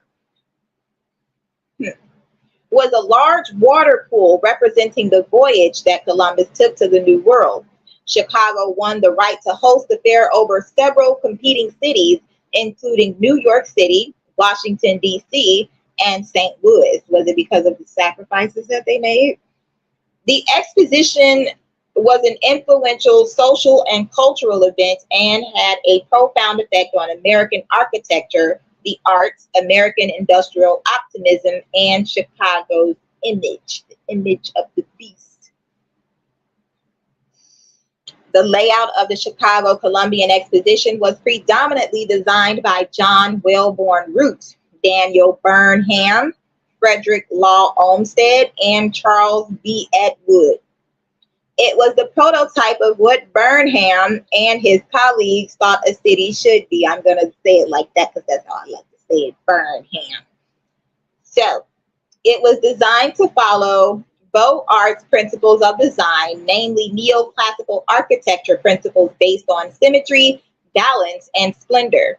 The color of the material generally used to cover the buildings is facades or white staff, gave the fairgrounds its nickname, the White City. Interesting name for a city. Many prominent architects designed its 14 great buildings. We have 104, what was it, 104 judges. Now we have 14 great buildings. 104 minus the 0 gives you 14. That is the number for temperance, or you could say 10-4 for confirmation. Artists and musicians were featured in exhibits, and many also made depictions and works of art inspired by the exposition. The exposition covered 690 acres, 69. That is, for us adults, we know what that means. And then we have Tesla, 369. 690 acres, 2.8 kilometers squared, featuring nearly 200 new but temporary buildings of predominantly neoclassical architecture, canals and lagoons, and people and cultures from 46 countries. 200 new but temporary buildings. Now, remember, we talked about city gods, house gods, building gods. 200 fallen angels in the book of Enoch. Okay? Keep up. More than 27 million people attended the exposition. 27, look up the 27 Club, the musicians who die at the age of 27. Okay? 27 million people attended the exposition during its 6-month run. Its scale and grandeur far exceeded the other world's fairs, and it became a symbol of emerging American exceptionalism, much in the same way that the Great Exhibition became a symbol of the Victorian era United Kingdom. Dedication ceremonies for the fair were held on October 21st, my first baby daddy birthday, but the fairgrounds were not actually open to the public until May 1st, 1893, which is May Day, the day that Masons and Eastern Stars start their sacrifices. The fair continued until October 30th, which I believe is the first day that starts All Hallows Eve in 1893. In addition to recognizing the 400th anniversary of the discovery of the New World from the European perspective, the fair also served to show the world that Chicago had risen from the ashes of the Great Chicago Fire. Pay attention, y'all. Which had destroyed much of the city in 1871. On October 9th, 1893, the day designated as Chicago Day, that's 1 and 9, 10 and 9, 109, remove the 0, that's 19 keys. The fair set a world record for outdoor event attendance, drawing 751,026 people. The debt for the fair was soon paid off with a check for $1.5 million, equivalent to $50.9 million in 2023. 1.5, or the number 15, which is the number 6, which is the number for Satan. Chicago has commemorated the fair with one of the stars on its municipal flag. Many prominent civic, professional, and commercial leaders from around the United States helped finance, coordinate, and manage the fair, including Chicago Shoe Company owner Charles H. Schwab. Now, what did it just say in the Carthaginians history? The shoemakers. So, Chicago Railroad and manufacturing magnate John Whitfield Bunn, and Connecticut banking, insurance, and iron products magnate Milo Barnum Richardson, among many others. Barnum and Bailey, Circus, Cirque du freaks. The fair was planned in the early 1890s during the Gilded Age of rapid industrial growth, immigration, and class tension. World's fairs, such as London's 1851 Crystal Palace exhibition, had been successful in Europe as a way to bring together societies fragmented along class lines. Crystal being my birth name. The first American attempt at a World's Fair in Philadelphia in 1876 drew crowds, but was a financial failure.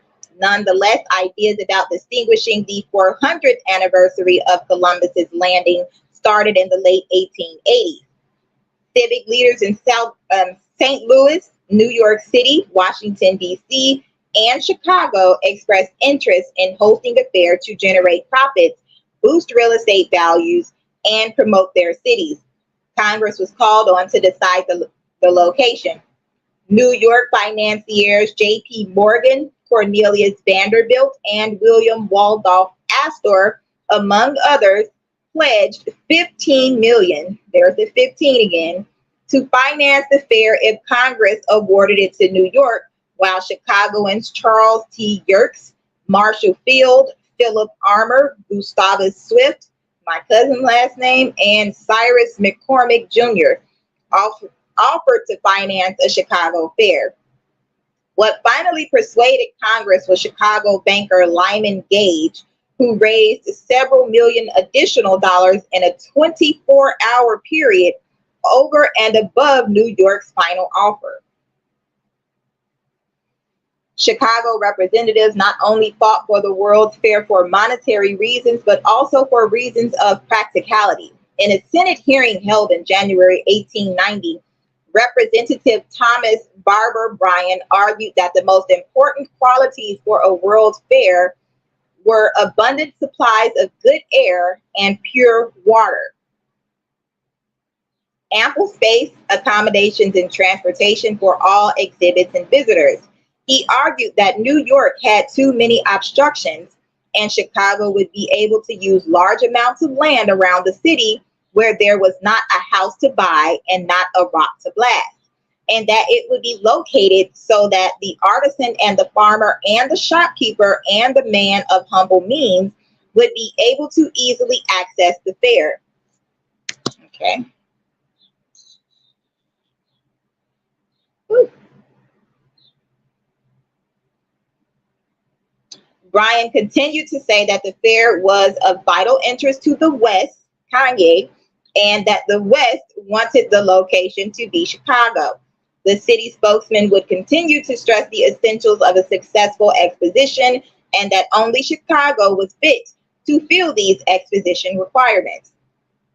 The location of the fair was decided through several rounds of voting by the United States House of Representatives. The first ballot showed Chicago with a large lead over New York, St. Louis, and Washington, D.C., but short of a majority. Chicago broke the 154 vote majority threshold on the 8th ballot, receiving 157 votes to New York's 107. The Exposition Corporation and National Exposition Commission settled on Jackson Park, is that where the crazy house at, and an area around it as the fair site. Daniel H. Burnham was selected as Director of Works and George R. Davis as Director General. Burnham emphasized architecture and sculpture as central to the fair and assembled the period's top talent to design the buildings and grounds, including Frederick Law Olmsted for the grounds. The temporary buildings were designed in an ornate neoclassical style and painted white, resulting in the fair site being referred to as the White City. So we have a White City and we have an Emerald City. The exposition's offices set up shop in the upper floors of the Rand McNally building on Adams Street, the world's first all-steel framed skyscraper. Babylon. Davis's team organized the exhibits with the help of G. Brown Good of the Smithsonian. The Midway was inspired by the 1889 Paris Universal Exposition, which included ethnological villages, quote unquote. Civil rights leaders protested the refusal to include an African American exhibit. Frederick Douglass, Ida B. Wells, Irvine Garland Penn, and Ferdinand Lee Barnett co-authored a pamphlet entitled "The Reason Why the Colored American is Not in the World's Columbian Exposition: The Afro-Americans' Contribution to Columbian Literature Addressing the Issue." Wells and Douglas argued, when it is asked why we are excluded from the World's Columbian Exposition, the answer is slavery. 10,000 copies of the pamphlet were circulated in the White City from the Haitian embassy, where Douglas had been selected as its national representative, and the activists received responses from the delegations of England, Germany, France, Russia, and India. 1, 2, 3, 4, 5.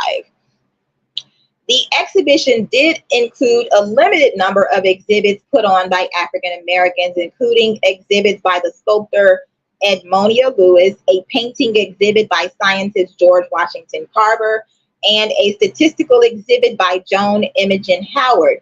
Black individuals were also featured in white exhibits, such as Nancy Green's portrayal of the character Aunt Jemima for the R.T. Davis Milling Company. And this right here is an example of why you should not want to be included in heathen activities. Operation. The fair opened in May and ran through October 30th, 1893. 46 nations participated in the fair, which was the first World's Fair to have national pavilions. They constructed exhibits and pavilions and named national delegates. For example, Haiti selected Frederick Douglass to be its delegate. The exposition drew over 27 million visitors. The fair was originally meant to be closed on Sundays, but the Chicago's Women's Club petitioned that it stay open. The club felt that if the exposition was closed on Sunday, it would restrict those who could not take off work during the work week from seeing it. The exposition was located in Jackson Park and on the Midway Plaisance on 630 acres, 36 Mafia again, 2.5 kilometers squared in the neighborhoods of South Shore, Jackson Park, Highlands, Hyde Park, and Woodlawn. Charles H. Wacker was the director of the fair. The layout of the fairgrounds was created by Frederick Law Olmsted, and the Beaux Arts architecture of the buildings was under the direction of Daniel Burnham, director of works for the fair. Renowned local architect Henry Ives Cobb designed several buildings for the exposition. The director of the American Academy in Rome, Francis Davis Millet, directed the painted mural decorations. Indeed, it was a coming of age for the arts and architecture of the American Renaissance, and it showcased the burgeoning neoclassical and Beaux Arts styles. Assassination of mayor and of the fair. The fair ended with the city in shock as popular Mayor Carter Harrison Sr. was assassinated by Patrick Eugene Prendergast 2 days before the fair's closing. Sounds like a ritual. Closing ceremonies were canceled in favor of a public memorial service. Jackson Park was returned to its status as a public park in much better shape than its original swampy form. The lagoon was reshaped to give it a more natural appearance, except for the straight line northern end where it still laps up against the steps on the south side of the Palace of Fine Arts, Museum of Science and Industry building. The Midway Plaisance, a park-like boulevard,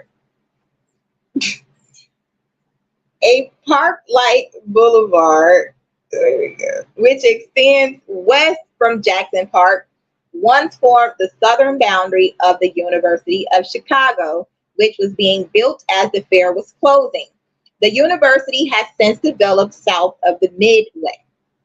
The university's football team, the Maroons, were the original monsters of the Midway. Now we are finding the monsters, like MUNSTRS, the ones that eat people. There's a Munster, Indiana. Okay, then the guy who, the real life Jeepers Creepers guy, that's I believe is from Indiana. Okay, now, so the monsters of the Midway. The exposition is mentioned in the university's alma mater. The city white had fled the earth, but where the azure waters lie, a nobler city hath its birth. The city gray that ne'er shall die. Mind you, my father's last name is Gray. The gray aliens. Oh, 12, 33 degrees. Attractions. The World's Columbian Exposition was the first World's Fair with an area for amusements that was strictly separated from the exhibition halls.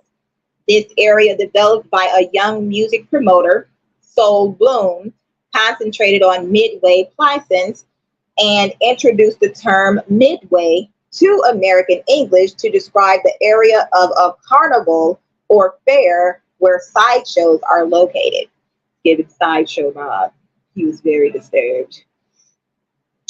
It included carnival rides among the original Ferris wheel, built by George Washington Gale Ferris Jr. This wheel was 264 feet or 80 meters high and had 36 cars. There's that 36 again, each of which could accommodate 40 people. The importance of the Columbian Exposition is highlighted by the use of Ruta de Chicago, or the Chicago wheel. Ezekiel, the wheels within the wheels.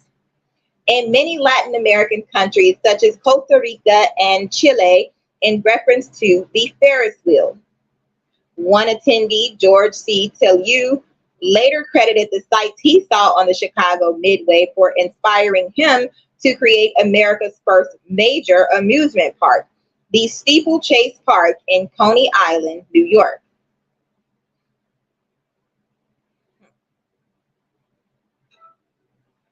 The fair included life-size reproductions of Christopher Columbus's 3 ships, the Nina, real name Santa Clara, the Santa Clarita Diet, the Pinto Beans, and the Santa Maria.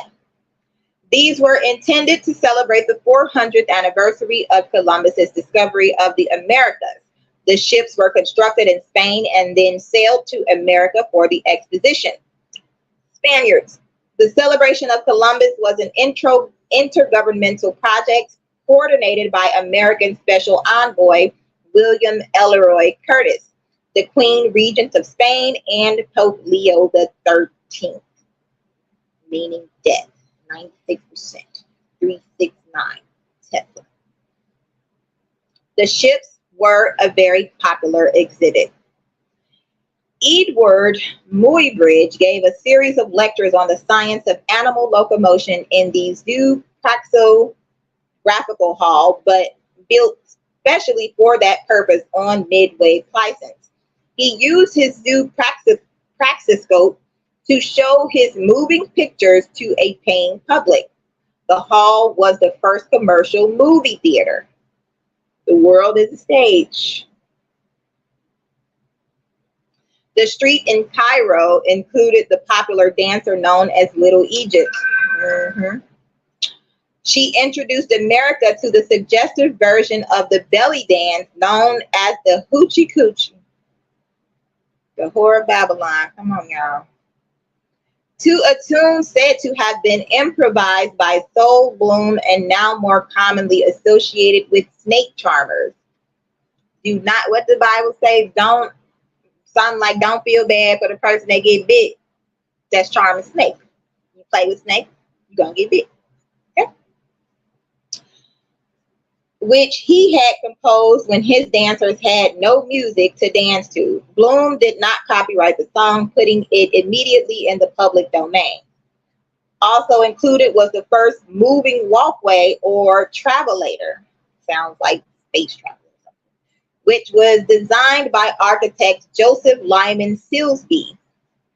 It had 2 different divisions, one where passengers were seated and one where riders could stand or walk.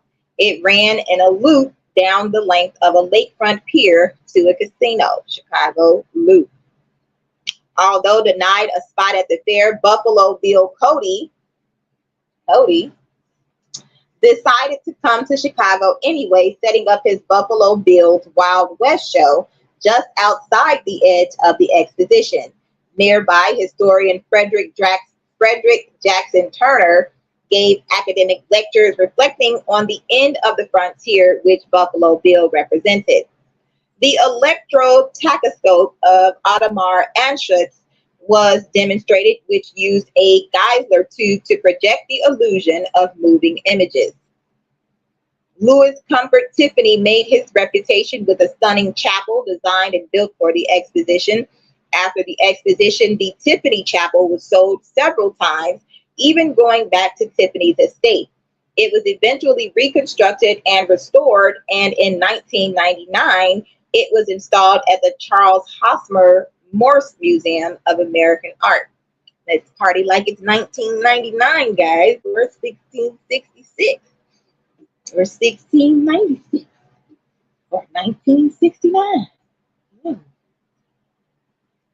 Architect Kirtland Cutter's Idaho building, a rustic log construction, was a popular favorite, visited by an estimated 18 million people. When I say the name Idaho, it's like the horror of Babylon is just screaming at you, like, I'm the hoe, it's me, I'm over here. Idaho, okay? Ida the hoe. All right, now let us continue. The building's design and interior furnishings were a major precursor of the arts and crafts movement. Among the other attractions at the fair, several products that are well known today were introduced. These products included juicy fruit gum, cream of wheat, Cracker Jacks, shredded wheat cereal, and Pabst Blue Ribbon beer, among many others. And I believe most of these are not all on the what was it, the IOG research thing that they used to do. Most of these items were listed as unclean. They like to put unclean things and things that seem clean, which was just confusion. So, anthropology.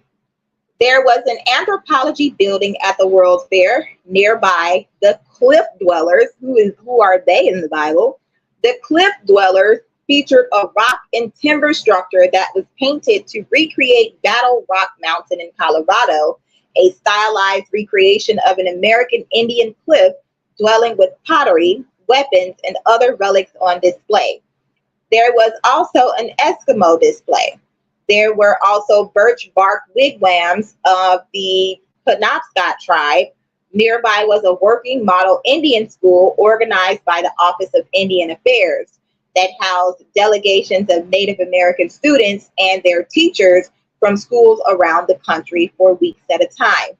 Again, we do not let the oppressors teach our children. Rail. The John Bull locomotive was displayed. It was only 62 years old, having been built in 1831. It was the first locomotive acquisition by the Smithsonian Institution. The locomotive ran under its own power from Washington, D.C. to Chicago to participate and returned to Washington under its own power, again with the exposition closed. In 1981, it was the oldest surviving operable steam locomotive in the world when it ran under its own power again. A Baldwin 242 locomotive was showcased at the exposition, and subsequently the 242 type was known as the Columbia. An original frog switch and portion of the superstructure of the famous 1826 Granite Railway in Massachusetts could be viewed. This was the first commercial railroad in the United States to evolve into a common carrier without an intervening closure. The opening, the god of the opening. The railway brought granite stones from a rock quarry in Quincy, Massachusetts, so that the Bunker Hill Monument could be erected in Boston. The frog switch is now on public view in East Milton Square, Massachusetts, on the original right-of-way of the Granite Railway. Milton, you understand? Transportation by rail was the major mode of transportation. A 26-track train station was built at the southwest corner of the fair, while trains from around the country would unload there. There was a local train to shuttle tourists from the Chicago Grand Central Station to the fair. Country and state exhibition buildings. 46 countries had pavilions at the exposition. Norway participated by sending the Viking, a replica of the Gokstad ship. It was built in Norway and sailed across the Atlantic Ocean by 12 men, led by Captain Magnus Anderson. In 1919, this ship was moved to Lincoln Park. It was relocated in 1996 to Good Templar Park in Geneva, Illinois, where it awaits renovation. 1996 was the year my sister was born. That's also 996. What I was just saying, 1999, 1996, 1969. 34, how many counts did Trump have? 34 U.S. states also had their own pavilions. The work of noted feminist author Kate McFadden Cleary was featured during the opening of the Nebraska Day ceremonies at the fair, which included a reading of her poem, Nebraska. Among the state buildings present at the fair were California, Colorado, Connecticut, Florida, Massachusetts, New Jersey, New York, Pennsylvania, and Texas. Each was meant to be architecturally representative of the corresponding states. Now remember, the thing that we are focusing on is portals, doors, doorways to other dimensions, okay? Visitors to the Louisiana Pavilion were each given a seedling of a cypress tree. This resulted in the spread of cypress trees to areas where they were not native, and this is called invasive. Cypress trees from those seedlings can be found in many areas of West Virginia where they flourish in the climate. The Illinois was a detailed, full-scale mock-up of an Indiana-class battleship. The Illinois, I had to say that again. The Illinois was a detailed, full-scale mock-up of an Indiana-class battleship constructed as a naval exhibit. So there we have the Indiana connection, okay? Guns and artillery. The German firm Krupp had a pavilion of artillery, which apparently had cost $1 million to stage, including a coastal gun of 42 centimeters in bore, 16.54 inches, and a length of 33 calibers, 45.93 feet, or 14 meters. What? Oh, that's a big gun. A breech-loaded gun, it weighed 120.46 long tons, or 122.4 metric tons, according to the company's marketing. It carried a charged projectile weighing 2,200 to 2,500 pounds, which, when driven by 900 pounds of brown powder, was claimed to be able to penetrate at 2,200 yards. A wrought iron plate 3 feet thick if placed at right angles.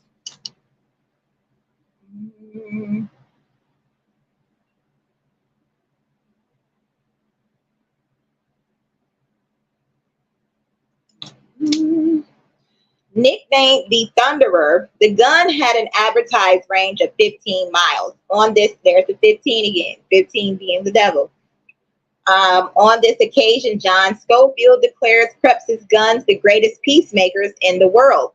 This gun was later seen as a precursor of the company's World War I Dick Verter howitzers. Religions.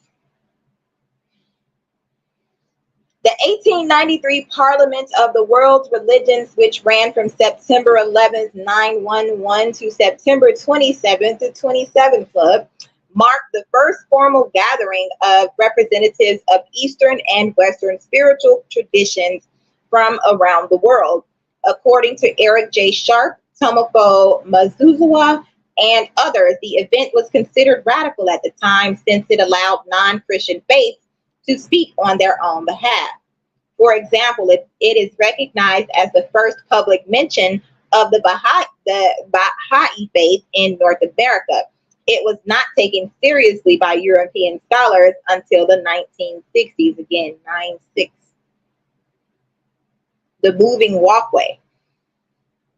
Along the banks of the lake, patrons on the way to the casino were taken on a moving walkway designed by architect Joseph Lyman Silsby. the first of its kind open to the public, called the Great Wharf Moving Sidewalk. It allowed people to walk along or ride in seats. Horticultural exhibits at the Horticultural Hall included cacti and orchids as well as other plants in a greenhouse. Architecture. White City. Most of the buildings of the fair were designed in the neoclassical architecture style. The area at the Court of Honor was known as the White City. Facades were made not of stone but of a mixture of plaster, cement, and jute fiber called staff, which was painted white, giving the buildings their gleam, quote unquote. Architecture critics derided the structures as decorated sheds. The buildings were clad in white stucco, which in comparison to the tenements of Chicago seemed illuminated. Illuminati. It was also called the White City because of the extensive use of street lights, which made the boulevards and buildings usable at night. 1,000 points of light. In 1892, working under extremely tight deadlines to complete construction, Director of Works Daniel Burnham appointed Francis Davis Millet to replace the fair's official Director of Color Design, William Prettyman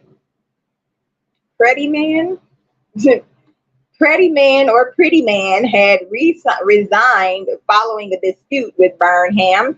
After experimenting, Millet settled on a mix of oil and white lead whitewash that could be applied using compressed air spray painting to the buildings, taking considerably less time than traditional brush painting. Joseph Binks, maintenance supervisor at Chicago's Marshall Field's wholesale store, who had been using this method to apply whitewash to the basement walls of the store, got the job to paint the exposition buildings. Claims this was the first use of spray painting may be apocryphal, since journals from that time note this form of painting had already been in use in the railroad industry from the early 1880s. 88, again meaning time travel. Many of the buildings included sculptural details, and to meet the exposition's opening deadline, Chief Architect Burnham sought the help of Chicago Art Institute instructor Laredo Taft to help complete them. Taft's efforts included employing a group of talented women sculptors from the institute known as the White Rabbits. Follow the White Rabbit down the hole. To finish some of the buildings, getting their name from Burnham's comment, "Hire anyone, even white rabbits, if they'll do the work." The words, "Thine alabaster cities gleam," from the song America the Beautiful, were inspired by the White City. Role in the City Beautiful movement.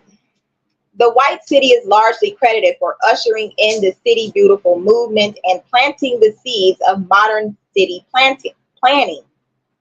The highly integrated design of the landscapes, promenades, and structures provided a vision of what is possible when planners, landscape architects, and architects work together on a comprehensive design scheme. The White City inspires cities to focus on the beautification of the components of the city in which municipal governments had control: streets, municipal art, public buildings, and public spaces. The designs of the City Beautiful movement, closely tied with the municipal art movement, are identifiable by their classical architecture, plan symmetry, picturesque views, and axial plans, as well as their magnificent scale. Where the municipal art movement focused on beautifying one feature in a city, the City Beautiful movement began to make improvements on the scale of the district.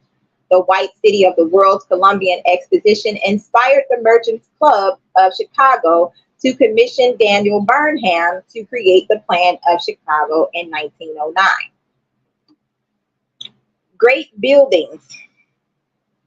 There were 14 main great buildings centered around a giant reflective pool called the Grand Basin.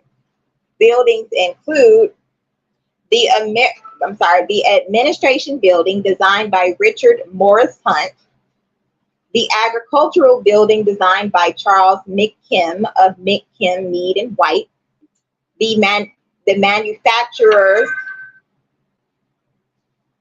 and liberal arts building designed by George B. Post. If this building were standing today, it would rank second in volume, 8.5 million meters squared. There's a 8.5, 13, year I was born. And third in footprint, 130,000. That's 13 again, 130,000 meters squared. On list of largest buildings, it exhibited works related to literature, science, art, and music. The Mines and Mining Building, designed by Solon Spencer Beeman. The Electricity Building, designed by Henry Van Brunt and Frank Maynard Howe. The Machinery Hall, designed by Robert Swain Peabody of Peabody and Stearns. The Women's Building, designed by Sophia Hayden. The Transportation Building, designed by Adler and Sullivan. The Fisheries Building, designed by Henry Ives Cobb. Forestry Building, designed by Charles B. Atwood. Horticultural Building, designed by Jenny and Mundy. Anthropology Building, designed by Charles B. Atwood. The Transportation Building. Louis Sullivan's polychrome proto-modern transportation building was an outstanding exception to the prevailing style as he tried to develop an organic American form. Years later, in 1922, he wrote that the classical style of the White City had set back modern American architecture by 40 years. As detailed in Eric Larson's popular history, The Devil in the White City, extraordinary effort was required to accomplish the exposition, and much of it was unfinished on opening day.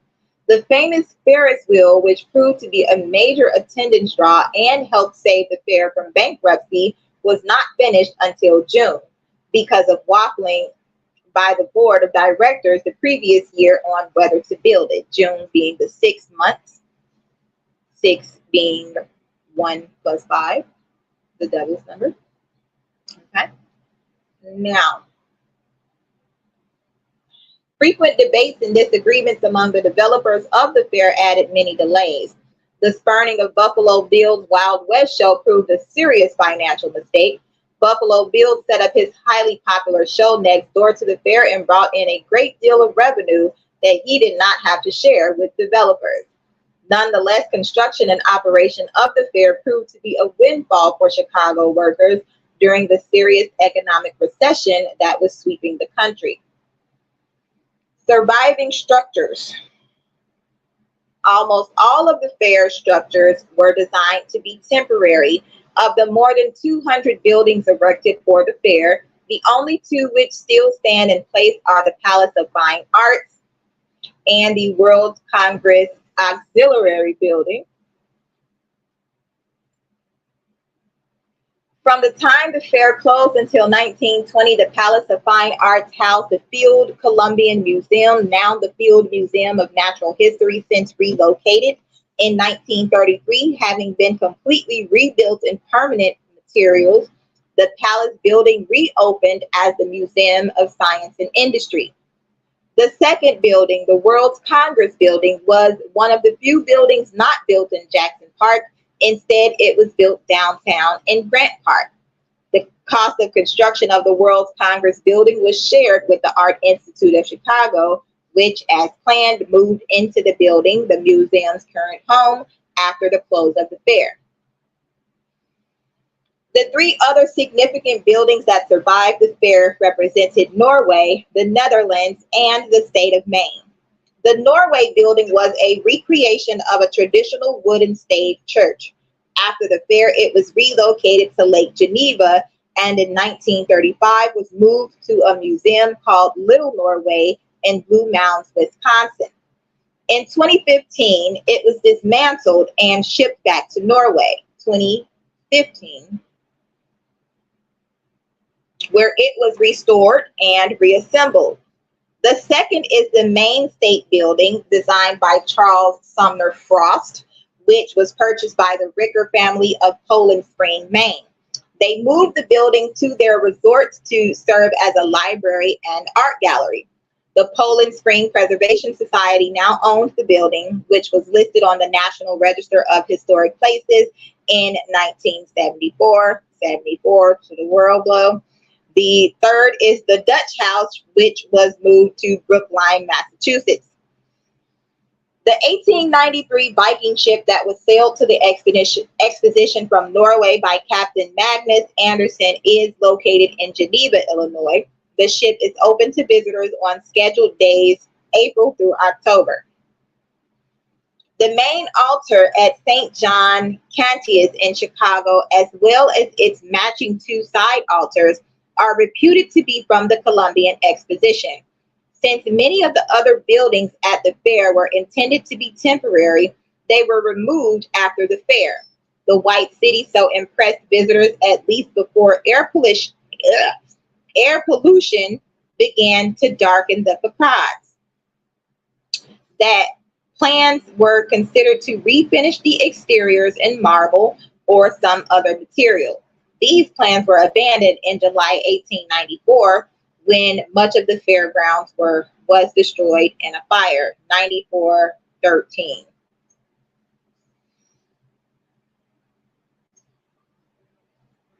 Later criticisms. Frank Lloyd Wright later wrote that by this overwhelming rise of grandomania, I was confirmed in my fear that a native architecture would be set back at least 50 years. According to University of Notre Dame history professor Gail Biederman, the event symbolized a male-dominated and Eurocentric society. In her 1995 text, Manliness and Civilization, she writes, the white city, with its vision of future perfection and of the advanced racial power of manly commerce and technology, constructed civilization as an ideal of white male power. According to Biederman, people of color were barred entirely from participating in the organization of the white city and were instead given access only to the Midway exhibit, which specialized in spectacles of barbarous races, authentic quote-unquote villages of Samoans, Egyptians, Dahomeyans, Turks, and other exotic peoples populated by actual imported natives. Imported natives. What's going on right now on the borders of wickedness? Imported pigs, swine, demons. Two small exhibits were included in the White City's Women's Building, which addressed women of color. One, entitled Afro-American, was installed in a distant corner of the building. The other, called Woman's Work in Savagery, included baskets, weavings, and African, Polynesian, and Native American arts. Though they were produced by living women of color, the materials were represented as relics from the distant past, embodying the work of white women's own distant evolutionary foremothers. So things we are doing today, they say that we did in the past, and then they take the credit from what's done then on. Okay.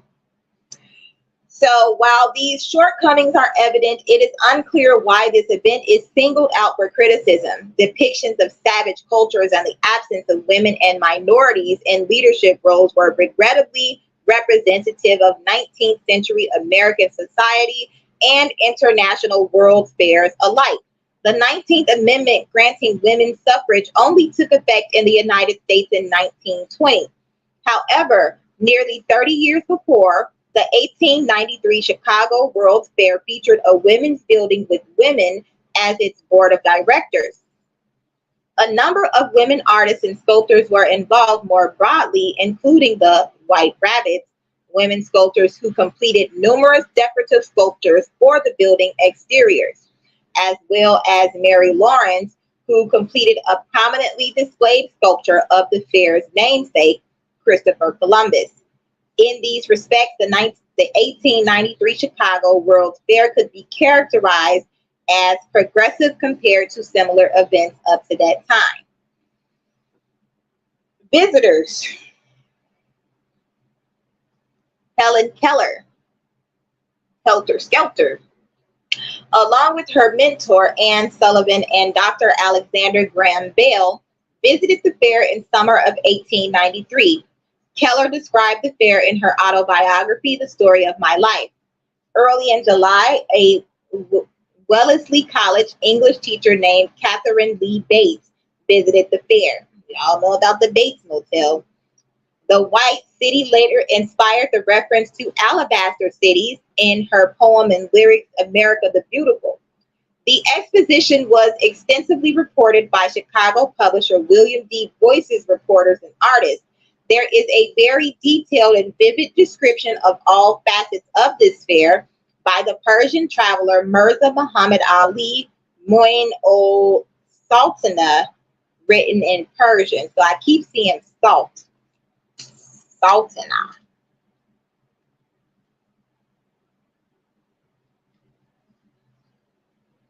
Written in Persian. He departed from Persia on April 20th, 1892, especially for the purpose of visiting the World Columbian Exposition.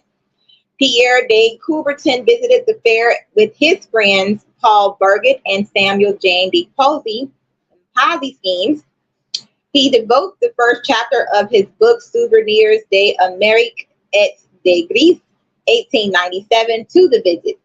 Swami Vivekananda visited the fair to attend the parliaments of the world's religions and delivered his famous speech, Sisters and Brothers of America.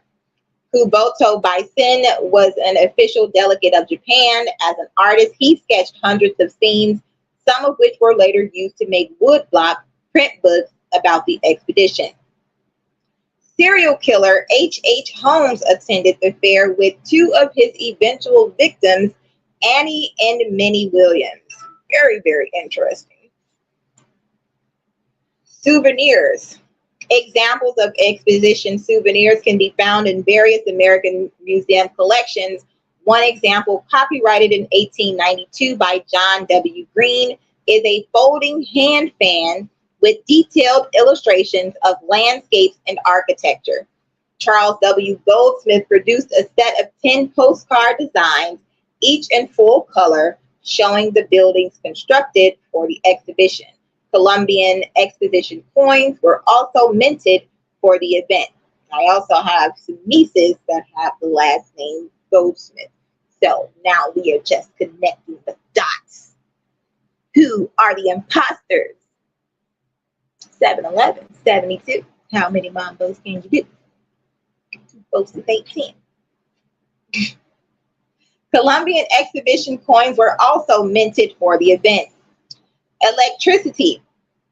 The effort to power the fair with electricity, which became a demonstration piece for the Westinghouse Electric and the alternating current system they had been developing for many years, took place at the end of what has been called the War of the Currents between DC and AC. What is that, the Marvel? No. DC Universe? DC Universe, AC, Antichrist, something like that. Westinghouse initially did not put in a bid to power the fair, but agreed to be the contractor for a local Chicago company that put in a low bid of US $510,000, or 555 being the number for abundance, to supply an alternating current-based system. Edison General Electric, which at the time was merging with the Thomson Houston Electric Company.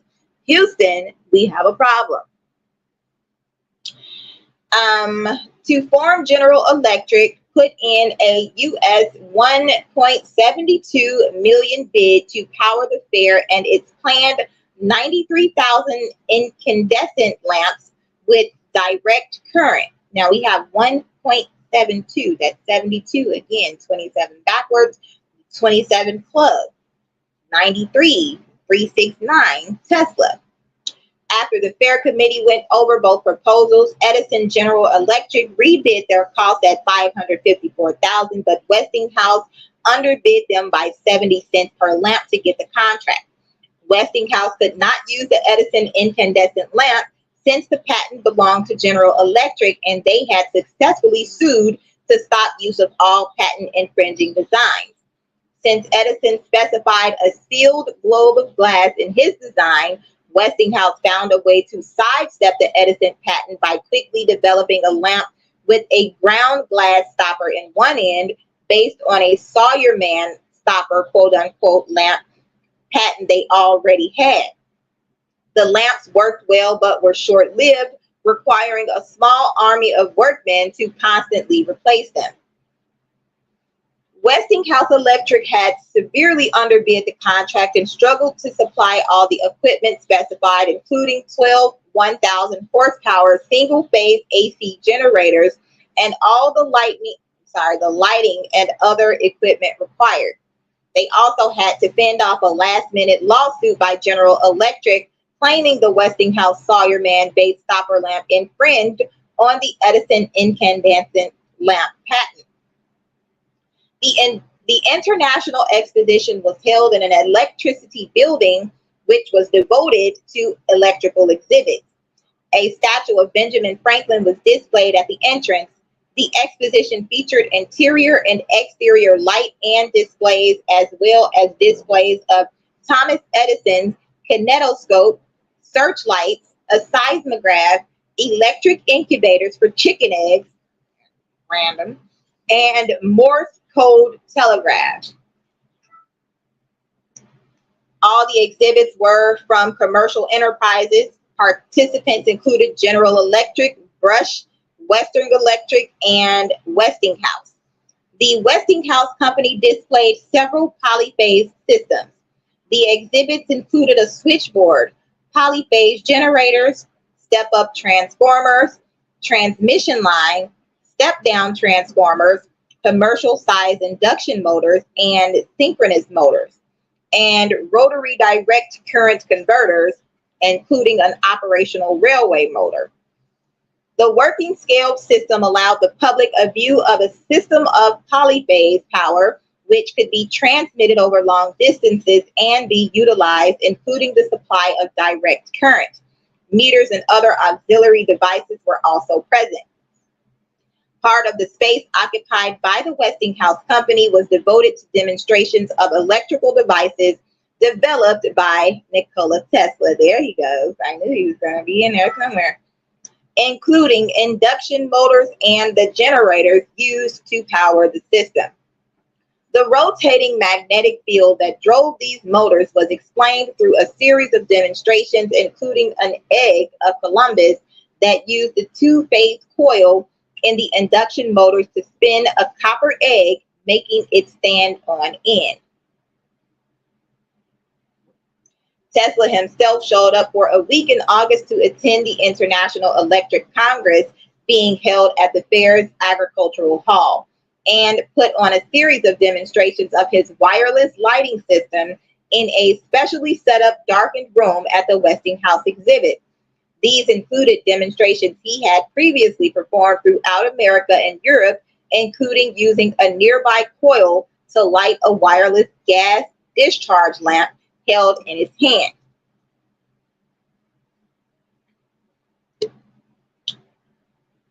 Also at the fair, the Chicago Athletic Association football team played one of the first night football games against West Point, the earliest being on September 28, 1892, between Mansfield State Normal and Wyoming Seminary. Chicago won the game 14-0. That 14-0, there's the 104 judges, 14 temperance. The game lasted only 40 minutes compared to the normal 90 minutes, 40 and 90. Minus the zeros is 4 and 9. Minor 49 is 4.4 plus 9 being 13, or the number of deaths. Okay. Musicians. John Philip Sousa's band played for the exhibition dedication celebration in Chicago, October 10th through October 21st, 1892. Joseph Douglas, a classical violinist who achieved wide recognition after his performance there and became the first African-American violinist to conduct a transcontinental tour and the first to tour as a concert violinist. What's her name? Sissy Retta Jones, a soprano known as the Black Patty, and an already famous opera singer. So now we're getting into the sellouts, okay? The ones who sold out their own people for fame and fortune to be included in the heathenistic practices. Keeping up with the Joneses, which is my last name. Okay, let's keep it going. Paper on African American spirituals and shouts by Abigail Christensen was read to attendees. There were many other Black artists at the fair, ranging from minstrel and early ragtime groups to more classical ensembles to street buskers. Scott Joplin, pianist from Texarkana, Texas, became widely known for his piano playing at the fair.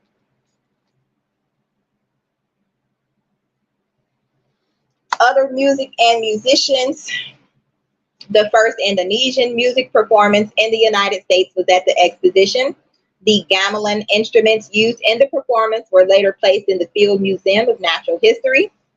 A group of hula dancers led to increased awareness of Hawaiian music among Americans throughout the country. Stoughton Musical Society, the oldest choral society in the United States, presented the first concerts of early American music at the exposition. The first Eisteddfod, a Welsh choral composition with a history spanning many centuries, held outside Wales, was held in Chicago at the exposition.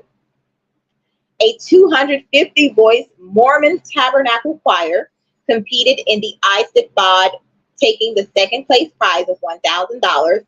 This was the first appearance of the choir outside the Utah Territory. On August 12, 1893, Antonin Dvorak conducted a gala Bohemian Day concert at the exposition, besieged by visitors, including the conductor of the Chicago Symphony, who arranged the performance of Dvorak's American String Quartet, just completed in Spillville, Iowa, during a Dvorak family vacation in a Czech-speaking community there.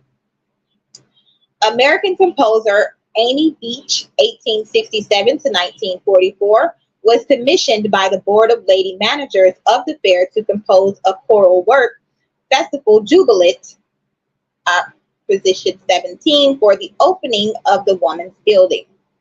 Sosa's band played concerts in the South Bandstand on the Great Plaza, May 25th to June 28th, 1893. The University of Illinois Military Band, conducted by student leaders Charles Elder and Richard Sharp, played concerts twice daily in the Illinois Building 9, June 9th to June 24th, 1893. Soloists were William Sanford, euphonium, Charles Elder, clarinet, William Steele, cornet. The band members slept on cots on the top floor of the building. On June 8, 1893, the Exposition Orchestra, an expanded version of the Chicago Symphony, conducted by guest conductor Wojtek the First Havlat, played the American premiere of Modest Mussorgsky's A Night on Bald Mountain, know them baldies, as part of a concert of Russian folk music. So we have the bears that came out and ate the kids up, as they called the baldy. Gone up, bald head.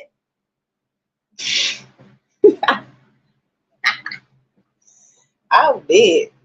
A pipe organ containing over 3,900 pipes, one of the largest in the world at the time, was built by the Ferrand and Bode Organ Company to the specifications of Chicago organist Clarence Eddy, Eddy. It was one of the first great organs to rely on electrical connections from its keys to its pipes. Hello.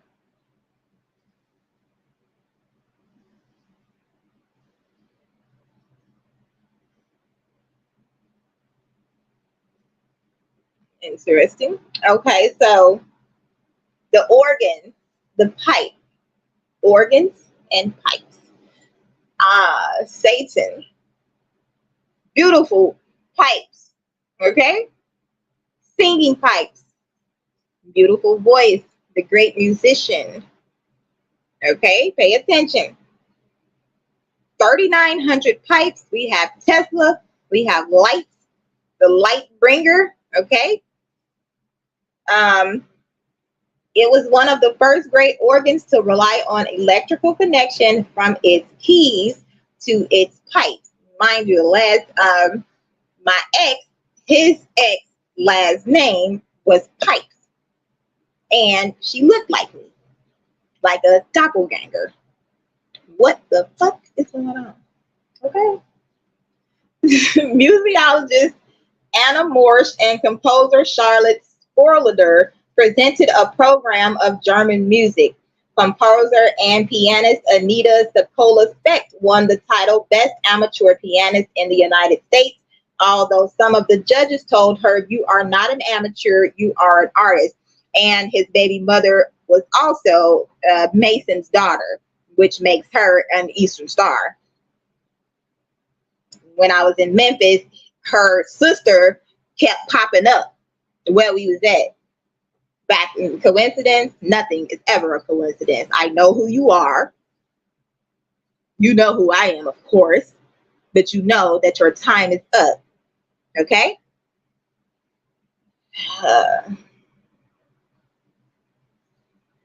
All right, Japanese art.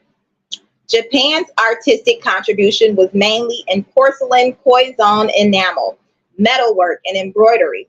While 55 paintings and 24 sculptures came from Japan, 271 of the 290 exhibits in the Palace of Fine Arts were Japanese. Artists represented included Miyagawa Kozan, Yabu Maizan, and Namikawa Suzuki, and Suzuki Chokichi. Women artists exhibiting. The women artists at the Women's Building included Anna Lones or Lowndes, Viennese painter Rosa Schweininger, and many others. American composer Amy Shaney Beach was commissioned by the Board of Lady Managers of the Fair to compose a choral work, Festival Jubilant, for the opening of the Women's Building. The Mrs. Potts Sad Iron System was on display. Amy Malley Hicks' stencil design was selected to adorn the frieze in the assembly room of the Women's Building. Museologist Anna Morsch and composer Charlotte Sporlader presented a program of German music. The Women's Building included a Women's Building library exhibit which had 7,000 books, all by women. The Women's Building Library was meant to show the cumulative contribution of the world's women to literature. Greatest refrigerator on Earth, fire tragedy. A large Romanesque structure called Greatest Refrigerator on Earth stored thousands of pounds of the exposition's food and held an ice skating rink for patrons. Confirm, okay. See where we going. The large structure demonstrated artificial freezing, a recent development, and was planned by architect Franklin P. Burnham. The structure's floor space was 130 by 255 feet, and its height reached almost 200 feet. On the evening of July 10, 1893, the greatest refrigerator on Earth caught fire. 2 firemen entered, one sliding down a rope and another on a line of hose, and both were trapped in the burning refrigerator. A total of deaths of 15 people died, 12 firefighters and 3 civilians, in front of a crowd of more than 1,000 fairgoers. The only artifact that survived the fire was a 12-foot copper statue of Christopher Columbus, which was kept as a monument to the men who lost their lives and is kept by the Fire Museum of Chicago. How does that sound? Sounds like they were burned to the monument. Notable first concepts. Frederick Jackson Turner lectured on his frontier thesis. The Pledge of Allegiance was first performed at the exposition by a mass of school children lined up in military fashion. Setting the babies up, ain't it? Contribution to Chicago's nickname, the Windy City. Some argue that Charles Anderson Dana or Dana of the New York Sun coined the term related to the height of the city's promoters. Other evidence, however, suggests the term was used as early as 1881 in relation to either Chicago's windbag politicians or to its weathers. And we know that Satan is called what? The father, the prince of the air, prince of the power of the air. Windy City. Commemorations. United States Mint offered its first commemorative coins, the Columbian Exposition $quarter and Columbian Exposition $half. 50 cents, huh? His name Curtis Jackson, CJ, my initials, Christ Jesus, Jesus Christ. The United States Post Office Department produced its first picture postcards and Columbian issue commemorative stamps, edibles and potables. Cream of wheat. The brownie was invented by Bertha Palmer for the 1893 World's Columbian Exposition.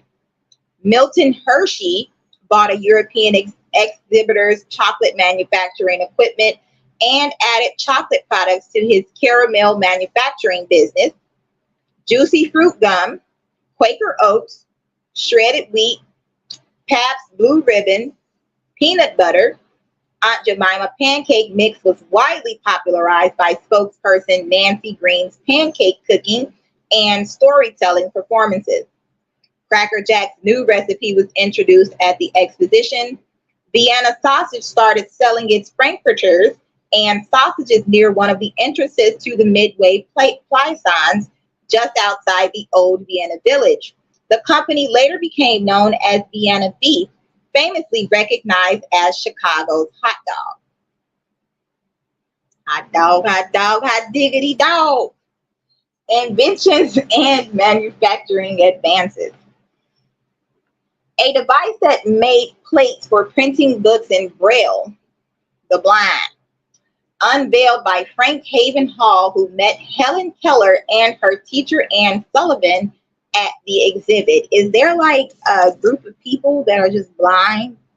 Why would these types of things be made on such a mass scale if, okay. Moving walkway or travelator. The third rail giving electric power to elevated trains led directly to its first continuing U.S. use. The clasp locker, a clumsy slide fastener and forerunner to the zipper, was demonstrated by Whitcomb L. Judson. Elongated coins or the squashed penny, you can get that at the Field Museum. The Ferris wheel, first fully electrical kitchen including an automatic dishwasher. Phosphorescent lamps, a precursor to fluorescent lamps. John T. Shane and Company, the local Chicago Furrier, helped America gain respect on the world stage of manufacturing. Clark sail as a standard for measuring voltage. A first prototype of a pressurized aerosol spray by Francis David Millet. The first practical electric automobile invented by William Morrison. Organizations, the Congress of Mathematicians, precursor to International Congress of Mathematicians. The Interfaith Dialogue. The Parliaments of the World's Religions. First recorded public mention of the Baha'i Faith in North America. Performances. The poet and humorist Benjamin Franklin King Jr. first performed at the exposition. Bodybuilder Eugene Sandow demonstrated feats of strength promoted by Florence Ziegfeld. Magician Harry Houdini and his brother Theodore performed their magic act at the Midway. Magic. Magi. Later years. The exposition was one influence leading to the rise of the City Beautiful movement. Results included grand buildings and fountains built around Olmstedian parks, shallow pools of water on access to central buildings, larger park systems, broad boulevards and parkways, and after the start of the 20th century, zoning laws and planned suburbs. Examples of the City Beautiful movement's works include the City of Chicago, the Columbia University campus, and the National Mall in Washington, D.C. After the fair closed, J.C. Rogers, a banker from Wamego, Kansas, purchased several pieces of art that had hung in the rotunda of the U.S. government building. He also purchased architectural elements, artifacts, and buildings from the fair. He shipped his purchases to Wamego, whatever. Many of the items, including the artwork, were used to decorate his theater, now known as the Columbian Theater. Memorabilia saved by visitors can still be purchased. Numerous books, tokens, published photographs, and well-printed admission tickets can be found. While the higher value commemorative stamps are expensive, the lower ones are quite common. So too are the commemorative half dollars, many of which went into circulation, 50 cents. Although not available for purchase, the George Washington University maintains a small collection of exposition tickets for viewing and research purposes. The collection is currently cared for by GWU's Special Collections Research Center, located in the Esdale and Melvin Gelman Library. When the exposition ended, the Ferris wheel was moved to Chicago's North Side, next to an exclusive neighborhood. An unsuccessful circuit court action was filed against the owners of the wheel to have it moved. The wheel stayed there until it was moved to St. Louis, 314 High, for the 1904 World's Fair, 194 or 113, one death. The Columbian Exposition has celebrated many anniversaries since the fair in 1893. The Chicago Historical Society held an exhibition to commemorate the fair. The Grand Illusions exhibition was centered around the idea that the Columbian Exposition was made up of a series of illusions, so like a large carnival, as it said. The commemorative exhibition contained a partial reconstructions, a video detailing the fair, and a catalog similar to the one sold at the World's Fair of 1893. Academic views. Henry Adams wrote in his 1907 Education, "The exposition denied philosophy. Since Noah's Ark, no such babble of loose and ill-jointed, such vague and ill-defined and unrelated thoughts and half-thoughts and experimental outcries had ruffled the surface of the lakes." Michael Rolfe Trollope wrote that the academic aspect of the event was not very important, even though the Harvard Peabody Museum, the Smithsonian Institution, and Franz Boas made contributions. In popular culture, the exposition is portrayed in the 2017 historical film, The Current War, concerning the competition between George Westinghouse and Thomas Edison to establish the dominant form of electricity in the United States. 111, 100%, 1111. 1893, A World's Fair Mystery, an interactive fiction by Peter Nepstead that recreates the exposition in detail. Against the Day, a fictional novel that takes place during the exposition during the first act. The Devil in the White City, a nonfiction book intertwining the true tales of the architect behind the exposition, and serial killer H.H. Holmes. Mind you, I dated a guy named DeVale Holmes, and he broke my nose. Okay? Pay attention now. Time Bound, a time travel novel by Risa Walker, culminates at the exposition. Expo, Magic of the White City, a 2005 documentary film about the exposition by Mark Bussler. Jimmy Corrigan, The Smartest Kid on Earth, a graphic novel set in part at the exposition. Wonder of the Worlds, an adventure novel where Nikola Tesla, Mark Twain, and Houdini pursue Martian agents who have stolen a powerful crystal from Tesla at the exposition. The Wheel of an Eccentric, an adventure novel by Jules Verne. The exposition is evoked with admiration in the early chapters. The exposition appears in the season 1 episode, The World's Columbian Exposition of the NBC series Timeless. The exposition is referenced in Sufjan Stevens' song in his album Illinois.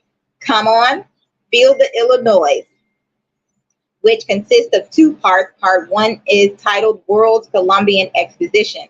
The exposition plays a role in the historical novel Owen Glen by Ben Ames Williams.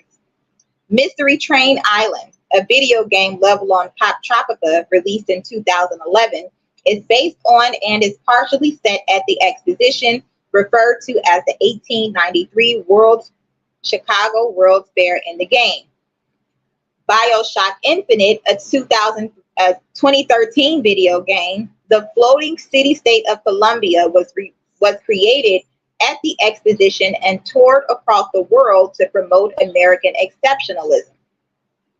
The exposition is a key setting of the novel The City Beautiful by Aidan Paladros.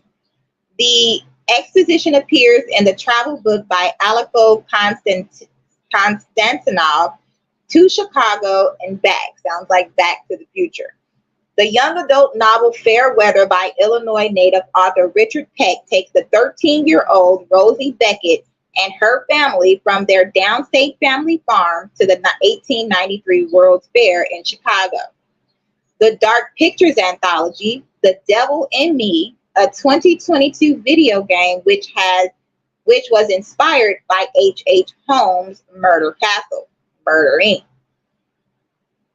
The exposition appears in 1893, the 3rd episode of the 2nd season of the Marvel Cinematic Universe MCU television series Loki of 2023. In the episode, Loki and Mobius M. Mobius attend the exposition in search of Ravonna Rainslayer and Miss Minutes and encounter Victor Timely, a variant of Kang the Conqueror, whose help they need to save the multiverse. The exposition also appears in the post-credit scene of the MCU film Ant-Man and the Wasp: Quantumania 2023, which uses footage from Loki despite being released before it. Okay, so it doesn't say anything about the Baal statue, so I guess we have to go find it.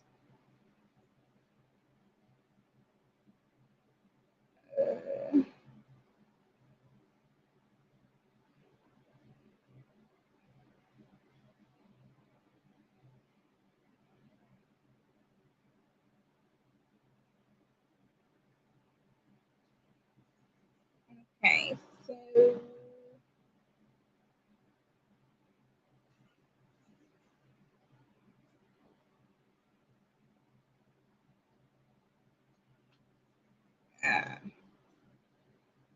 so it states that the Baal ceremony was held in 1933, the Moloch Baal ceremony at the Chicago's World Fair. They don't want me to find it. I got it in a folder somewhere, the way my brain's set up. World's Fair Bulls with Maidens.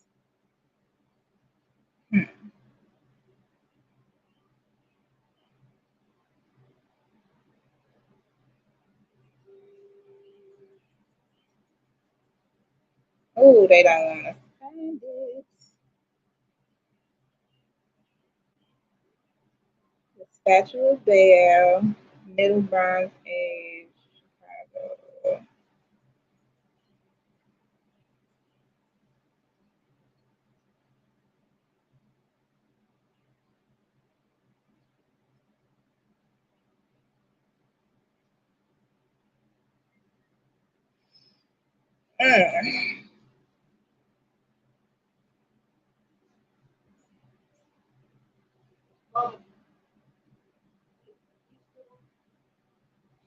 Okay, guys. I'm gonna have to go through my folder and find the information on Baal in the city.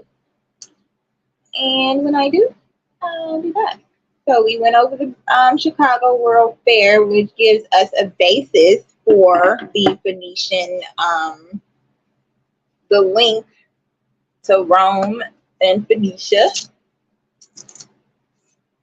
So we'll go over, once I find Baal, had to go seek him. Once I find him, I'll be back and we'll go over that and the Punic religion, onomastics, and Saturnalia. So thank you guys for listening. Don't forget to like, share, subscribe. Talk to you guys soon.